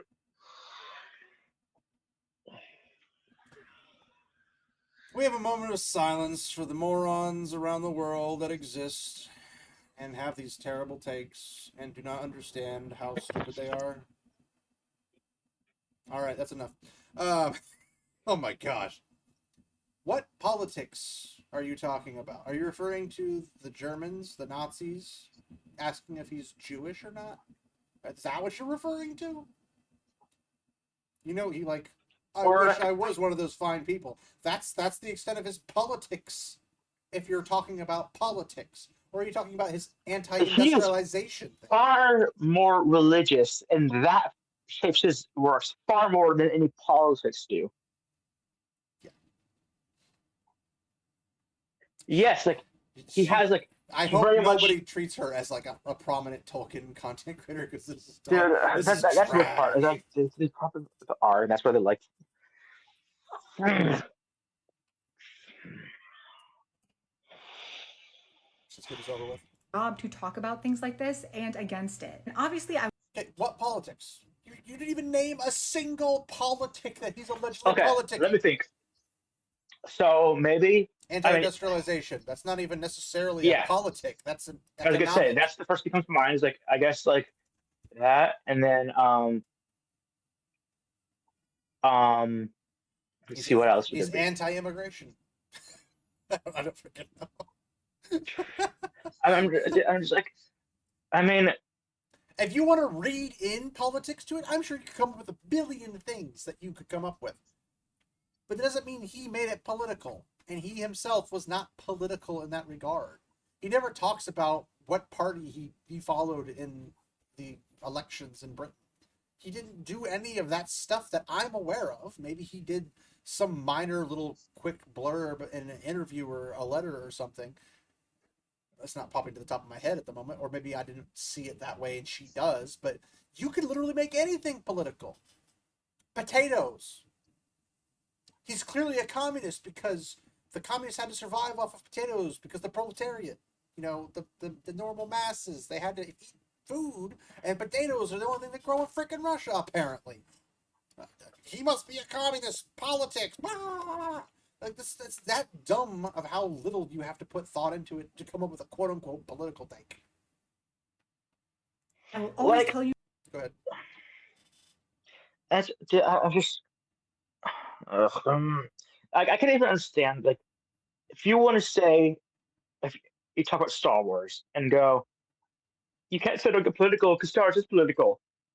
Like, okay, well, first off, there's a huge difference between the politics in Star Wars and modern politics. But putting that aside, yes, I could vaguely understand the argument far better than Tolkien. That's because there's actual politics in Star Wars. Yeah, like I don't, dude. What about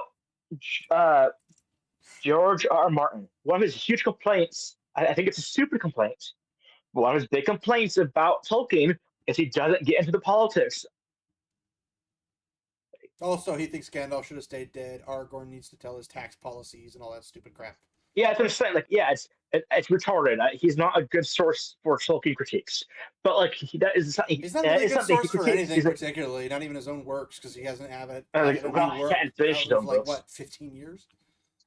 Yeah, but that's what I'm saying. Like, one of his critiques is, well, what are Aragorn's tax laws? What's it like when he do they go out and racially cleanse out of the orcs? Like, we didn't know these things. Well, no, you don't. But also, like, but yes, that's a critique. That's it's dude. I can't. No, I meant the racially cleansing all the orcs. Yes, he does. Yes. Yeah. Like, she's a member. She's just had a minor before breakdown. Like, you know what? She's a woman. She's a feminist. So she believes in equality. Yeah, I wouldn't even put. I wouldn't even want to offend the women by putting her in the same category in that regard. They're not bad. Yeah. But she's a feminist. I'd assume. Yeah. Just going to assume that. I mean, she's very big leap there, right? She's definitely ideologically driven and not Tolkien driven. Yes. That's the problem. Is you cannot claim to be a Tolkien scholar or a Tolkien fan or a Tolkien content creator and then be ideologically driven. I don't talk about Tolkien and then push ideology. I push the source material because that's what there is. I push what Tolkien himself says when it applies to his work. If he makes a comment about one part of his work, like AKA one of the many origins of the orcs, if it's not the one he ended up on, I'm not going to say that one's the law. But it is the one that he does end up on, that is the law. And that's that. But it's not ideologically driven. I'm not picking and choosing based off of ideology. I'm picking and choosing because he said it, and that's that. Like, enough said. So, I don't know what politics or ideology she's talking about because she doesn't mention them outside of her ideology of like, but diversity, but I'm a white woman, I'm a blah, blah, blah, blah. Like, yeah. You to go find the Tolkien creators in our community that are people of color and listen to them first. No. I need to go listen to a person because I'm racist. That's your go-to? Dude, like, really? Like, genuinely, like, because how? of their skin color, I have to listen to them. Is literally racism. Bro, Like, I'll listen to them do- if they have good takes. You ain't a good take. Sorry. Like, I'll go listen to Eric July. If he watched this, he'd be shredding the frickin' crap out of it. And he probably knows more about Tolkien than you do. Go figure. He's black. But I don't go listen to him because he's black. I go listen to him because he's not an idiot. He's not a retard. He's not saying this crap. He's not like, y'all need to go see a white content creator who does Lord of the Rings stuff because they're white. Like, he's not saying that. you know, dude, I'm this close to making a Busting a fake nut. YouTube channel What? where I make videos in the style these retards do, but I switch the races around. So like, y'all need to go listen to the white people because of this. Like, I'm this close to like You're gonna make just a being like parody Tolkien creator account? yeah, like make like talk take like you know what, I'll even like word for word script my videos exactly the same as theirs, but just change all the races and all the gender, change all that stuff just to see how racist they actually sound. Yeah, you're literally just making I, a parody YouTube channel. That's all you are. dude, I'm so close to doing They that. already exist.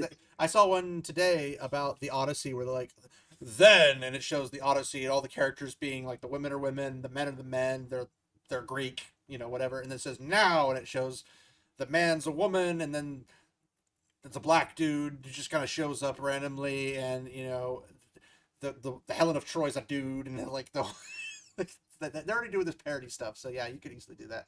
It's easier if you have a crew of people who understand what you're going for and will act it out and then just be silly. But and support them. But it is not their job for them to consistently fight against this shit. It is not an inaccurate or no one's fighting them, or they're not fighting this if they have a brain cell, a single brain cell, just one that can rub itself together with itself. Anybody with that isn't fighting this. People who don't have that brain cell, however, are.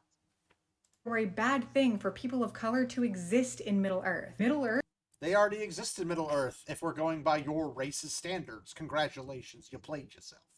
and Tolkien in general is for everyone and can be It's for everyone to read. This is what pisses me off about literally any of this, okay? People think that when they read the newspaper to hear what's happening in the world, they have the right to dictate what the news says. You don't. You're the recipient, not the author. You don't get to tell the person who's telling you what's happening in World War I and World War II what is actually happening in World War I, World War II, when you aren't there reporting on it. When an author says, I wrote this book for you to enjoy, you don't say, actually, you messed this up. It's actually supposed to be this way. You don't get to do that. You're not the author. That's why source Simply material put, is better than everything else. Go ahead. if you have an issue with something Tolkien wrote, guess what? You're not a Tolkien fan. Suck it up and deal with it. I've been fighting with Wheel of Time fans for that too. It's like, you cannot say you're a fan of Robert Jordan and the Wheel of Time if you're actually actively advocating, that's a AAA, advocating for the stuff to be changed. Like, literally, people wanted the show to be entirely different from the actual books. It's like, but then it's not Wheel of Time. Like, they wanted it entirely different. Like, everything was different. Like, not even, it wouldn't be remotely. I mean, it already wasn't remotely recognizable, but they don't want that in any shape or form. So, of course, I'm going to get radicalized by these morons, and not in a racist way or a bigoted way, but I'm going to be radicalized to say, yo, source material's there. The source material matters. The source material's all that matters. Your opinion, your headcanon doesn't matter. Now, you can have your headcanon, and in your head, if you want to be as racist as you want to be, like you are, young lady, I don't even know if you're young. You look kind of old, but it's probably the drugs. But, and smoking and all the other yum stuff. It's the hair. Well, no, that's a byproduct of the drugs. But if you want to be racist in your headcanon, by all means. But when somebody mentions the core source material, you do not have the right to say they're wrong and the source material is wrong when they properly recite the actual source material. You don't have that right. That's that. Tolkien is for everyone, but it is not for everyone. Tolkien's for everyone. Tolkien's not for everyone to edit. Well, it's anyone can read Tolkien. It's for everyone. Anyone can enjoy Tolkien. But not everyone will. But not everyone will. Yeah. Yes, exactly. By anyone. And then that's it. Bye. That was way more painful than I thought it was going to be because I hadn't watched it yet. I had seen a little part of the beginning. I was like, oh, okay. People are complaining about this. I guess we should just throw all the Lord of the Rings books onto a big pile and then just burn them because they clearly don't matter. Okay. That's how progressive of you to book burn. Because this is what this is. This is literal book burning in the imagination. You're saying I can burn all these books, all the author's works. I can do all of this stuff because I know better. I will rewrite this book. Who cares what Tolkien said? It's fake. We can change it if we want to. Which is extremely disrespectful to any author to begin with. Now, if your goal is to be, like, there are some comics where I'd be like, yeah, I'll change everything you have because I don't respect you as an author. I don't think you did a good job representing the characters. I don't think you're just a good person in general. I don't have a problem with sabotaging your stuff because I don't respect your things. I feel like that's different when it's like a comic where you have... I'm not claiming to love them. Well, yeah, you have an author coming in and adding on to a pre-existing character that's not their own. Yeah. But according to canon rules and canon laws, they wrote something, therefore it's canon, which is really, really stupid. Yeah, but you know what? At least Marvel or DC or Punisher or whatever, at least they have the multiverse built in. So you know what? That didn't happen. That's just a multiverse. Doesn't matter. Not canon. Bye. Yeah. I mean, all I'm understanding and hearing from these people are that they don't respect Tolkien, aka the professor. They don't care about the Lord of the Rings. They don't care about the Hobbit. They don't care about the Tolkien Legendarium. They only care about their politics. They only care about their ideology. Everything else must burn at the altar of ideology. I'm not even going to go out there and say, it's wrong, it's wrong. I'm not even going to do that. I'm just going to say, you're ideologically driven. I am source material driven. We are not the same. And that's okay. I don't want to be like you. I'd like you to be like me, but I don't want to be like you because I actually have sense and reason. So that hurt a lot more than I thought it would, and that took a lot longer than I thought it would. But thus is the questioners videos. That's what we do here. is we take a really long time because there's so much stupid stuff in the world. And boy, oh boy, now that I'm making videos again, this is going to happen again. It's going to drive me nuts because I'm going to get sick and tired of making videos that are this freaking long because I have to just comment on every little detail of every freaking moron's videos. Breathe. Whew. Okay. And unfortunately, it's probably just going. It's just starting. With like It they're only filming gets worse this from movie here now. on out. Rings of Power is coming out at the end of the year. It's gonna start wrapping back up. Thanks for reminding me. I have to freaking do a video for each episode of that too. Dude, it's coming out on Christmas or near Christmas. Yeah, that's totally not sacrilege at all. Blasphemous, but yeah. Dude, we're gonna have Rings of Power season 3 and Black Snape at the same time. Both sacrilege, both blasphemous, but yeah, whatever. Okay, well, at least it's not. At least it's not on the anniversary of Tolkien's death. They would have to be Again? so disrespectful to do that. They would never.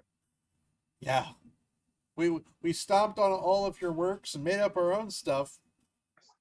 Totally twisted everything you had that was good and made it evil, and everything that you had evil and made it even more evil. And guess what? You did it on the day you died. That's great. That is so.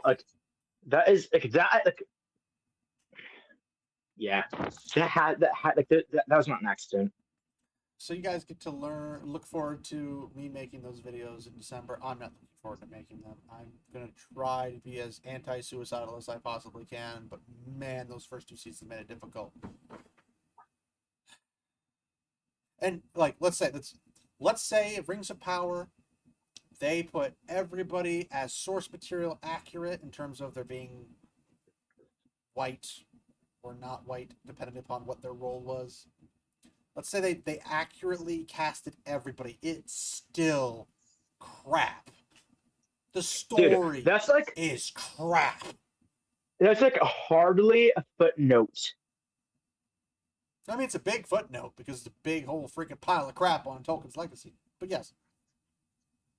No, I feel like you mentioned it once. Like first season, oh, there's a black dwarf. That's wrong and weird. There's a black elf. That's wrong and weird. Anyways, here's all of this other stuff. Yeah. The fact that is that the race swaps are probably the least of my issues with it. But there are still issues.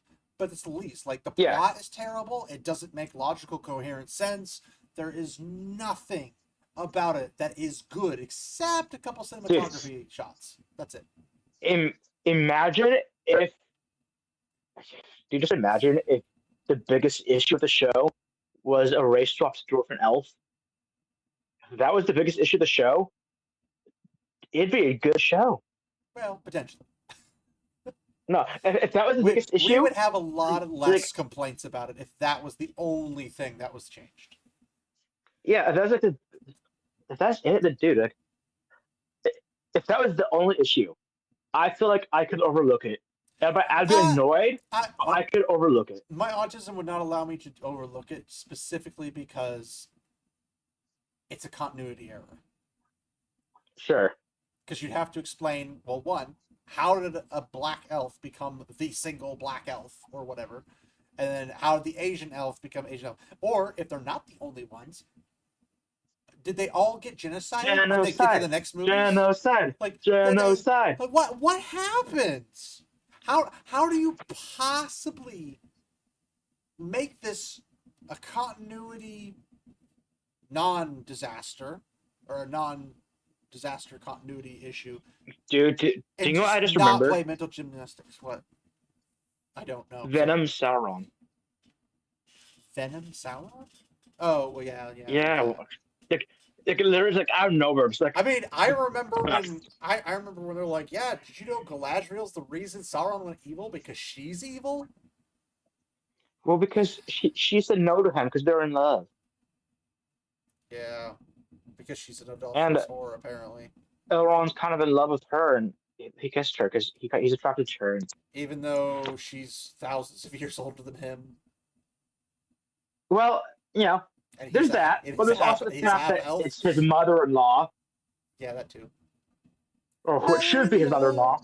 Mother-in-law. But, yeah, whatever. Sure. Yeah, just Yeah, no other issues. It's just the race stuff.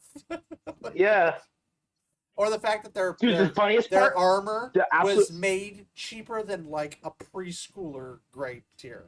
They literally dude, drew crayons on a freaking armor and said, "This is scale mail." the funniest thing is even if you take away the lore, it's just so bad. Like the fact that Aregion completely changes landscapes, like entire mountains move between seasons. Like you can't even get the visuals straight between cities. Like it is I mean, insane how I bad don't it know if is. anybody paid attention. The shots I did like were the shots of the big landscaping shots. I like those shots, but there's Uh still huh. issues with those because you can see where they blurred it to stick it into the actual landscape. You can Yeah, see where they did that. I shouldn't be able to see that. So, more reasons to be irritated, but yeah, whatever. So, basically, this is not the only point. It's one of many problems they have with these things that are not given love and care and thought towards source material being the actual like story that we're trying to tell.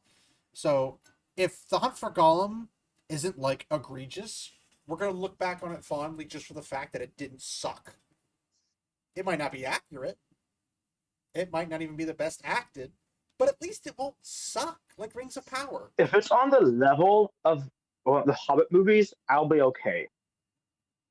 I mean, I don't. They haven't talked about if they're doing CGI more or less than they did in the Lord of the Rings versus Hobbit, because Hobbit was just mostly CGI and Lord of the Rings is mostly practical effects. So if they're going the practical effects Yeah, route, it'll be better than the Hobbit, regardless of what the story is, because the Hobbit was a mess. But I just mm. I I don't know, but if they do it in practical effects as much as they can, obviously Gollum's not a practical effect, but if they can do it to the best of their abilities and they could tell a non-offensive story that fits in the universe and could be a reasonable expectation, it'll be the thing that washes people's mouths out after Rings of Power. Because dude. it's going to take a But while for it to. also, if it's bad, I feel like it might be worse than Rings of Power. Not necessarily as far as quality, but because it's Ian McKellen's Gandalf. It's Andy Serkis. It's these I mean, characters he was in The and Hobbit unseen too, characters that we so I love. don't know if that's necessarily a thing, but yeah, What? he was in The Hobbit too. Yeah, but he was like they didn't mess him up like the Hobbit. Like there's issues with the Hobbit, but like it's not like Debatable, but yeah, it wasn't messed like it's as messed up as say Rings of Power Gandalf, but yeah. yeah.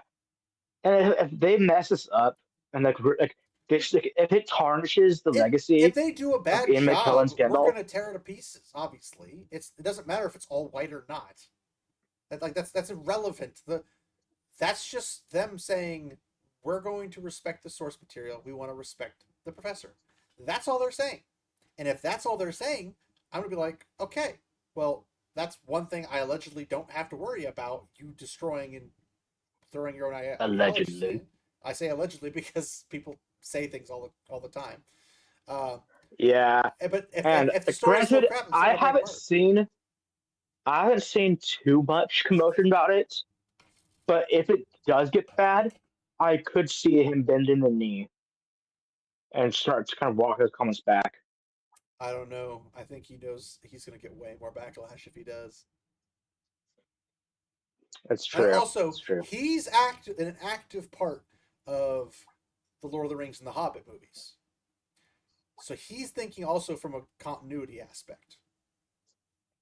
If he throws in stuff in between the Fellowship, or I should say the Hobbit and the Fellowship, um, that's going to look messy. It's going to look real messy. So he'd have to keep it at least moderately within the range of reasonable thing. Otherwise, it's like, yeah, well, the Harfoots are black, and we just genocided all of them, even though they're the largest group of them. It's like you can't do that and expect it to come across normal. And also, if you were to genocide all of them, guess what? You have to get rid of Sam and Gaffer. Can't do that because that's part of the story that's come up. It's just he shouldn't even have to say it. He should have just said, we're not making this based off of our political ideology. We're making this based off of our love for Tolkien. That's all he should have had to have said. That's all he should have said, and then they could gnash their teeth all they want. So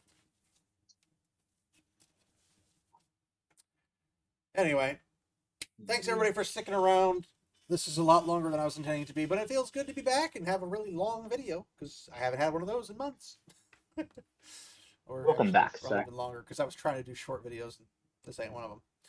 So maybe Pilgrim will come back when we do our Tolkien Society stuff because we got more of those to do, and apparently there's another wave of those coming down the pipeline if we can get our hands on them. So that'll be great. What? Oh yeah, there's another Tolkien seminar thing coming up with a bunch more Gondor and transition type seminars. So Right. Well, I'm gonna go find the 1mm now and. ain't it all. But yes, if Winner I can get my taking hands on it, I will definitely report on it, and I will tear it to pieces. Now, I will say, out of the ones we've done so far, which we did like, 8 of them, 9 of them, something like that. I lost count. I don't have it memorized.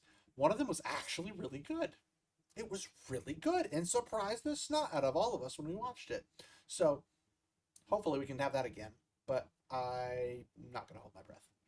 So, thanks everybody for hanging out. Pilgrim, thanks for coming on and chatting with me about this.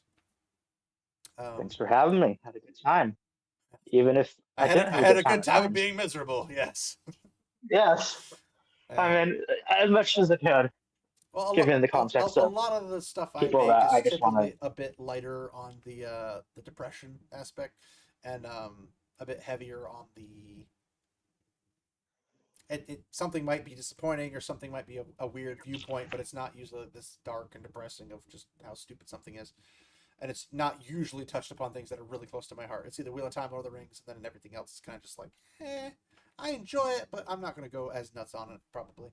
So, I'll probably try to do some 5-minute videos and some short form stuff as well, because I know not everybody likes long form content, but unfortunately So, that's like, what I'm good at, so. is 5 minutes for you equal to like 20-minute real human times? No, 5 minutes for me is like a 10-second video clip for anybody else. Okay, okay.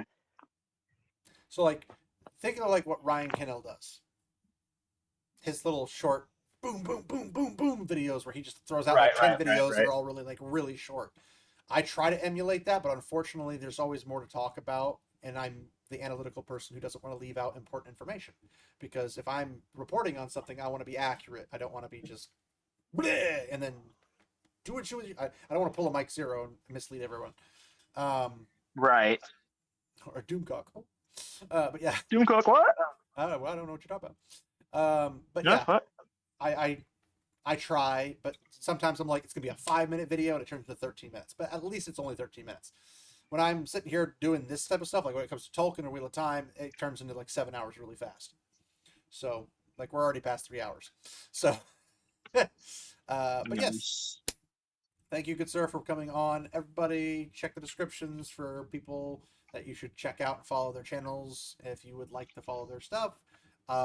If you would like to subscribe, don't feel like you have to, but if you would like the content I make, or me being weird as I am, I would greatly appreciate it. But just thank you for being here in general. Give it a thumbs up or a thumbs down. It helps the algorithm, whatever that algorithm is. I've lost track of where it is, but what could possibly go wrong? I'll take a thumbs down anyway. But yeah, I'll leave a comment. Leave a comment with your own thoughts, and maybe Pilgrim will come in there and spar with you. Don't tempt me. I've had some crazy stuff in the comments before, so I'm never going to bypass that chance. So thanks everybody. You haven't seen the intro and the outro in a while, so hopefully you guys will enjoy that. And so we'll see you guys in the next one. Remember, my friends, walk in the light.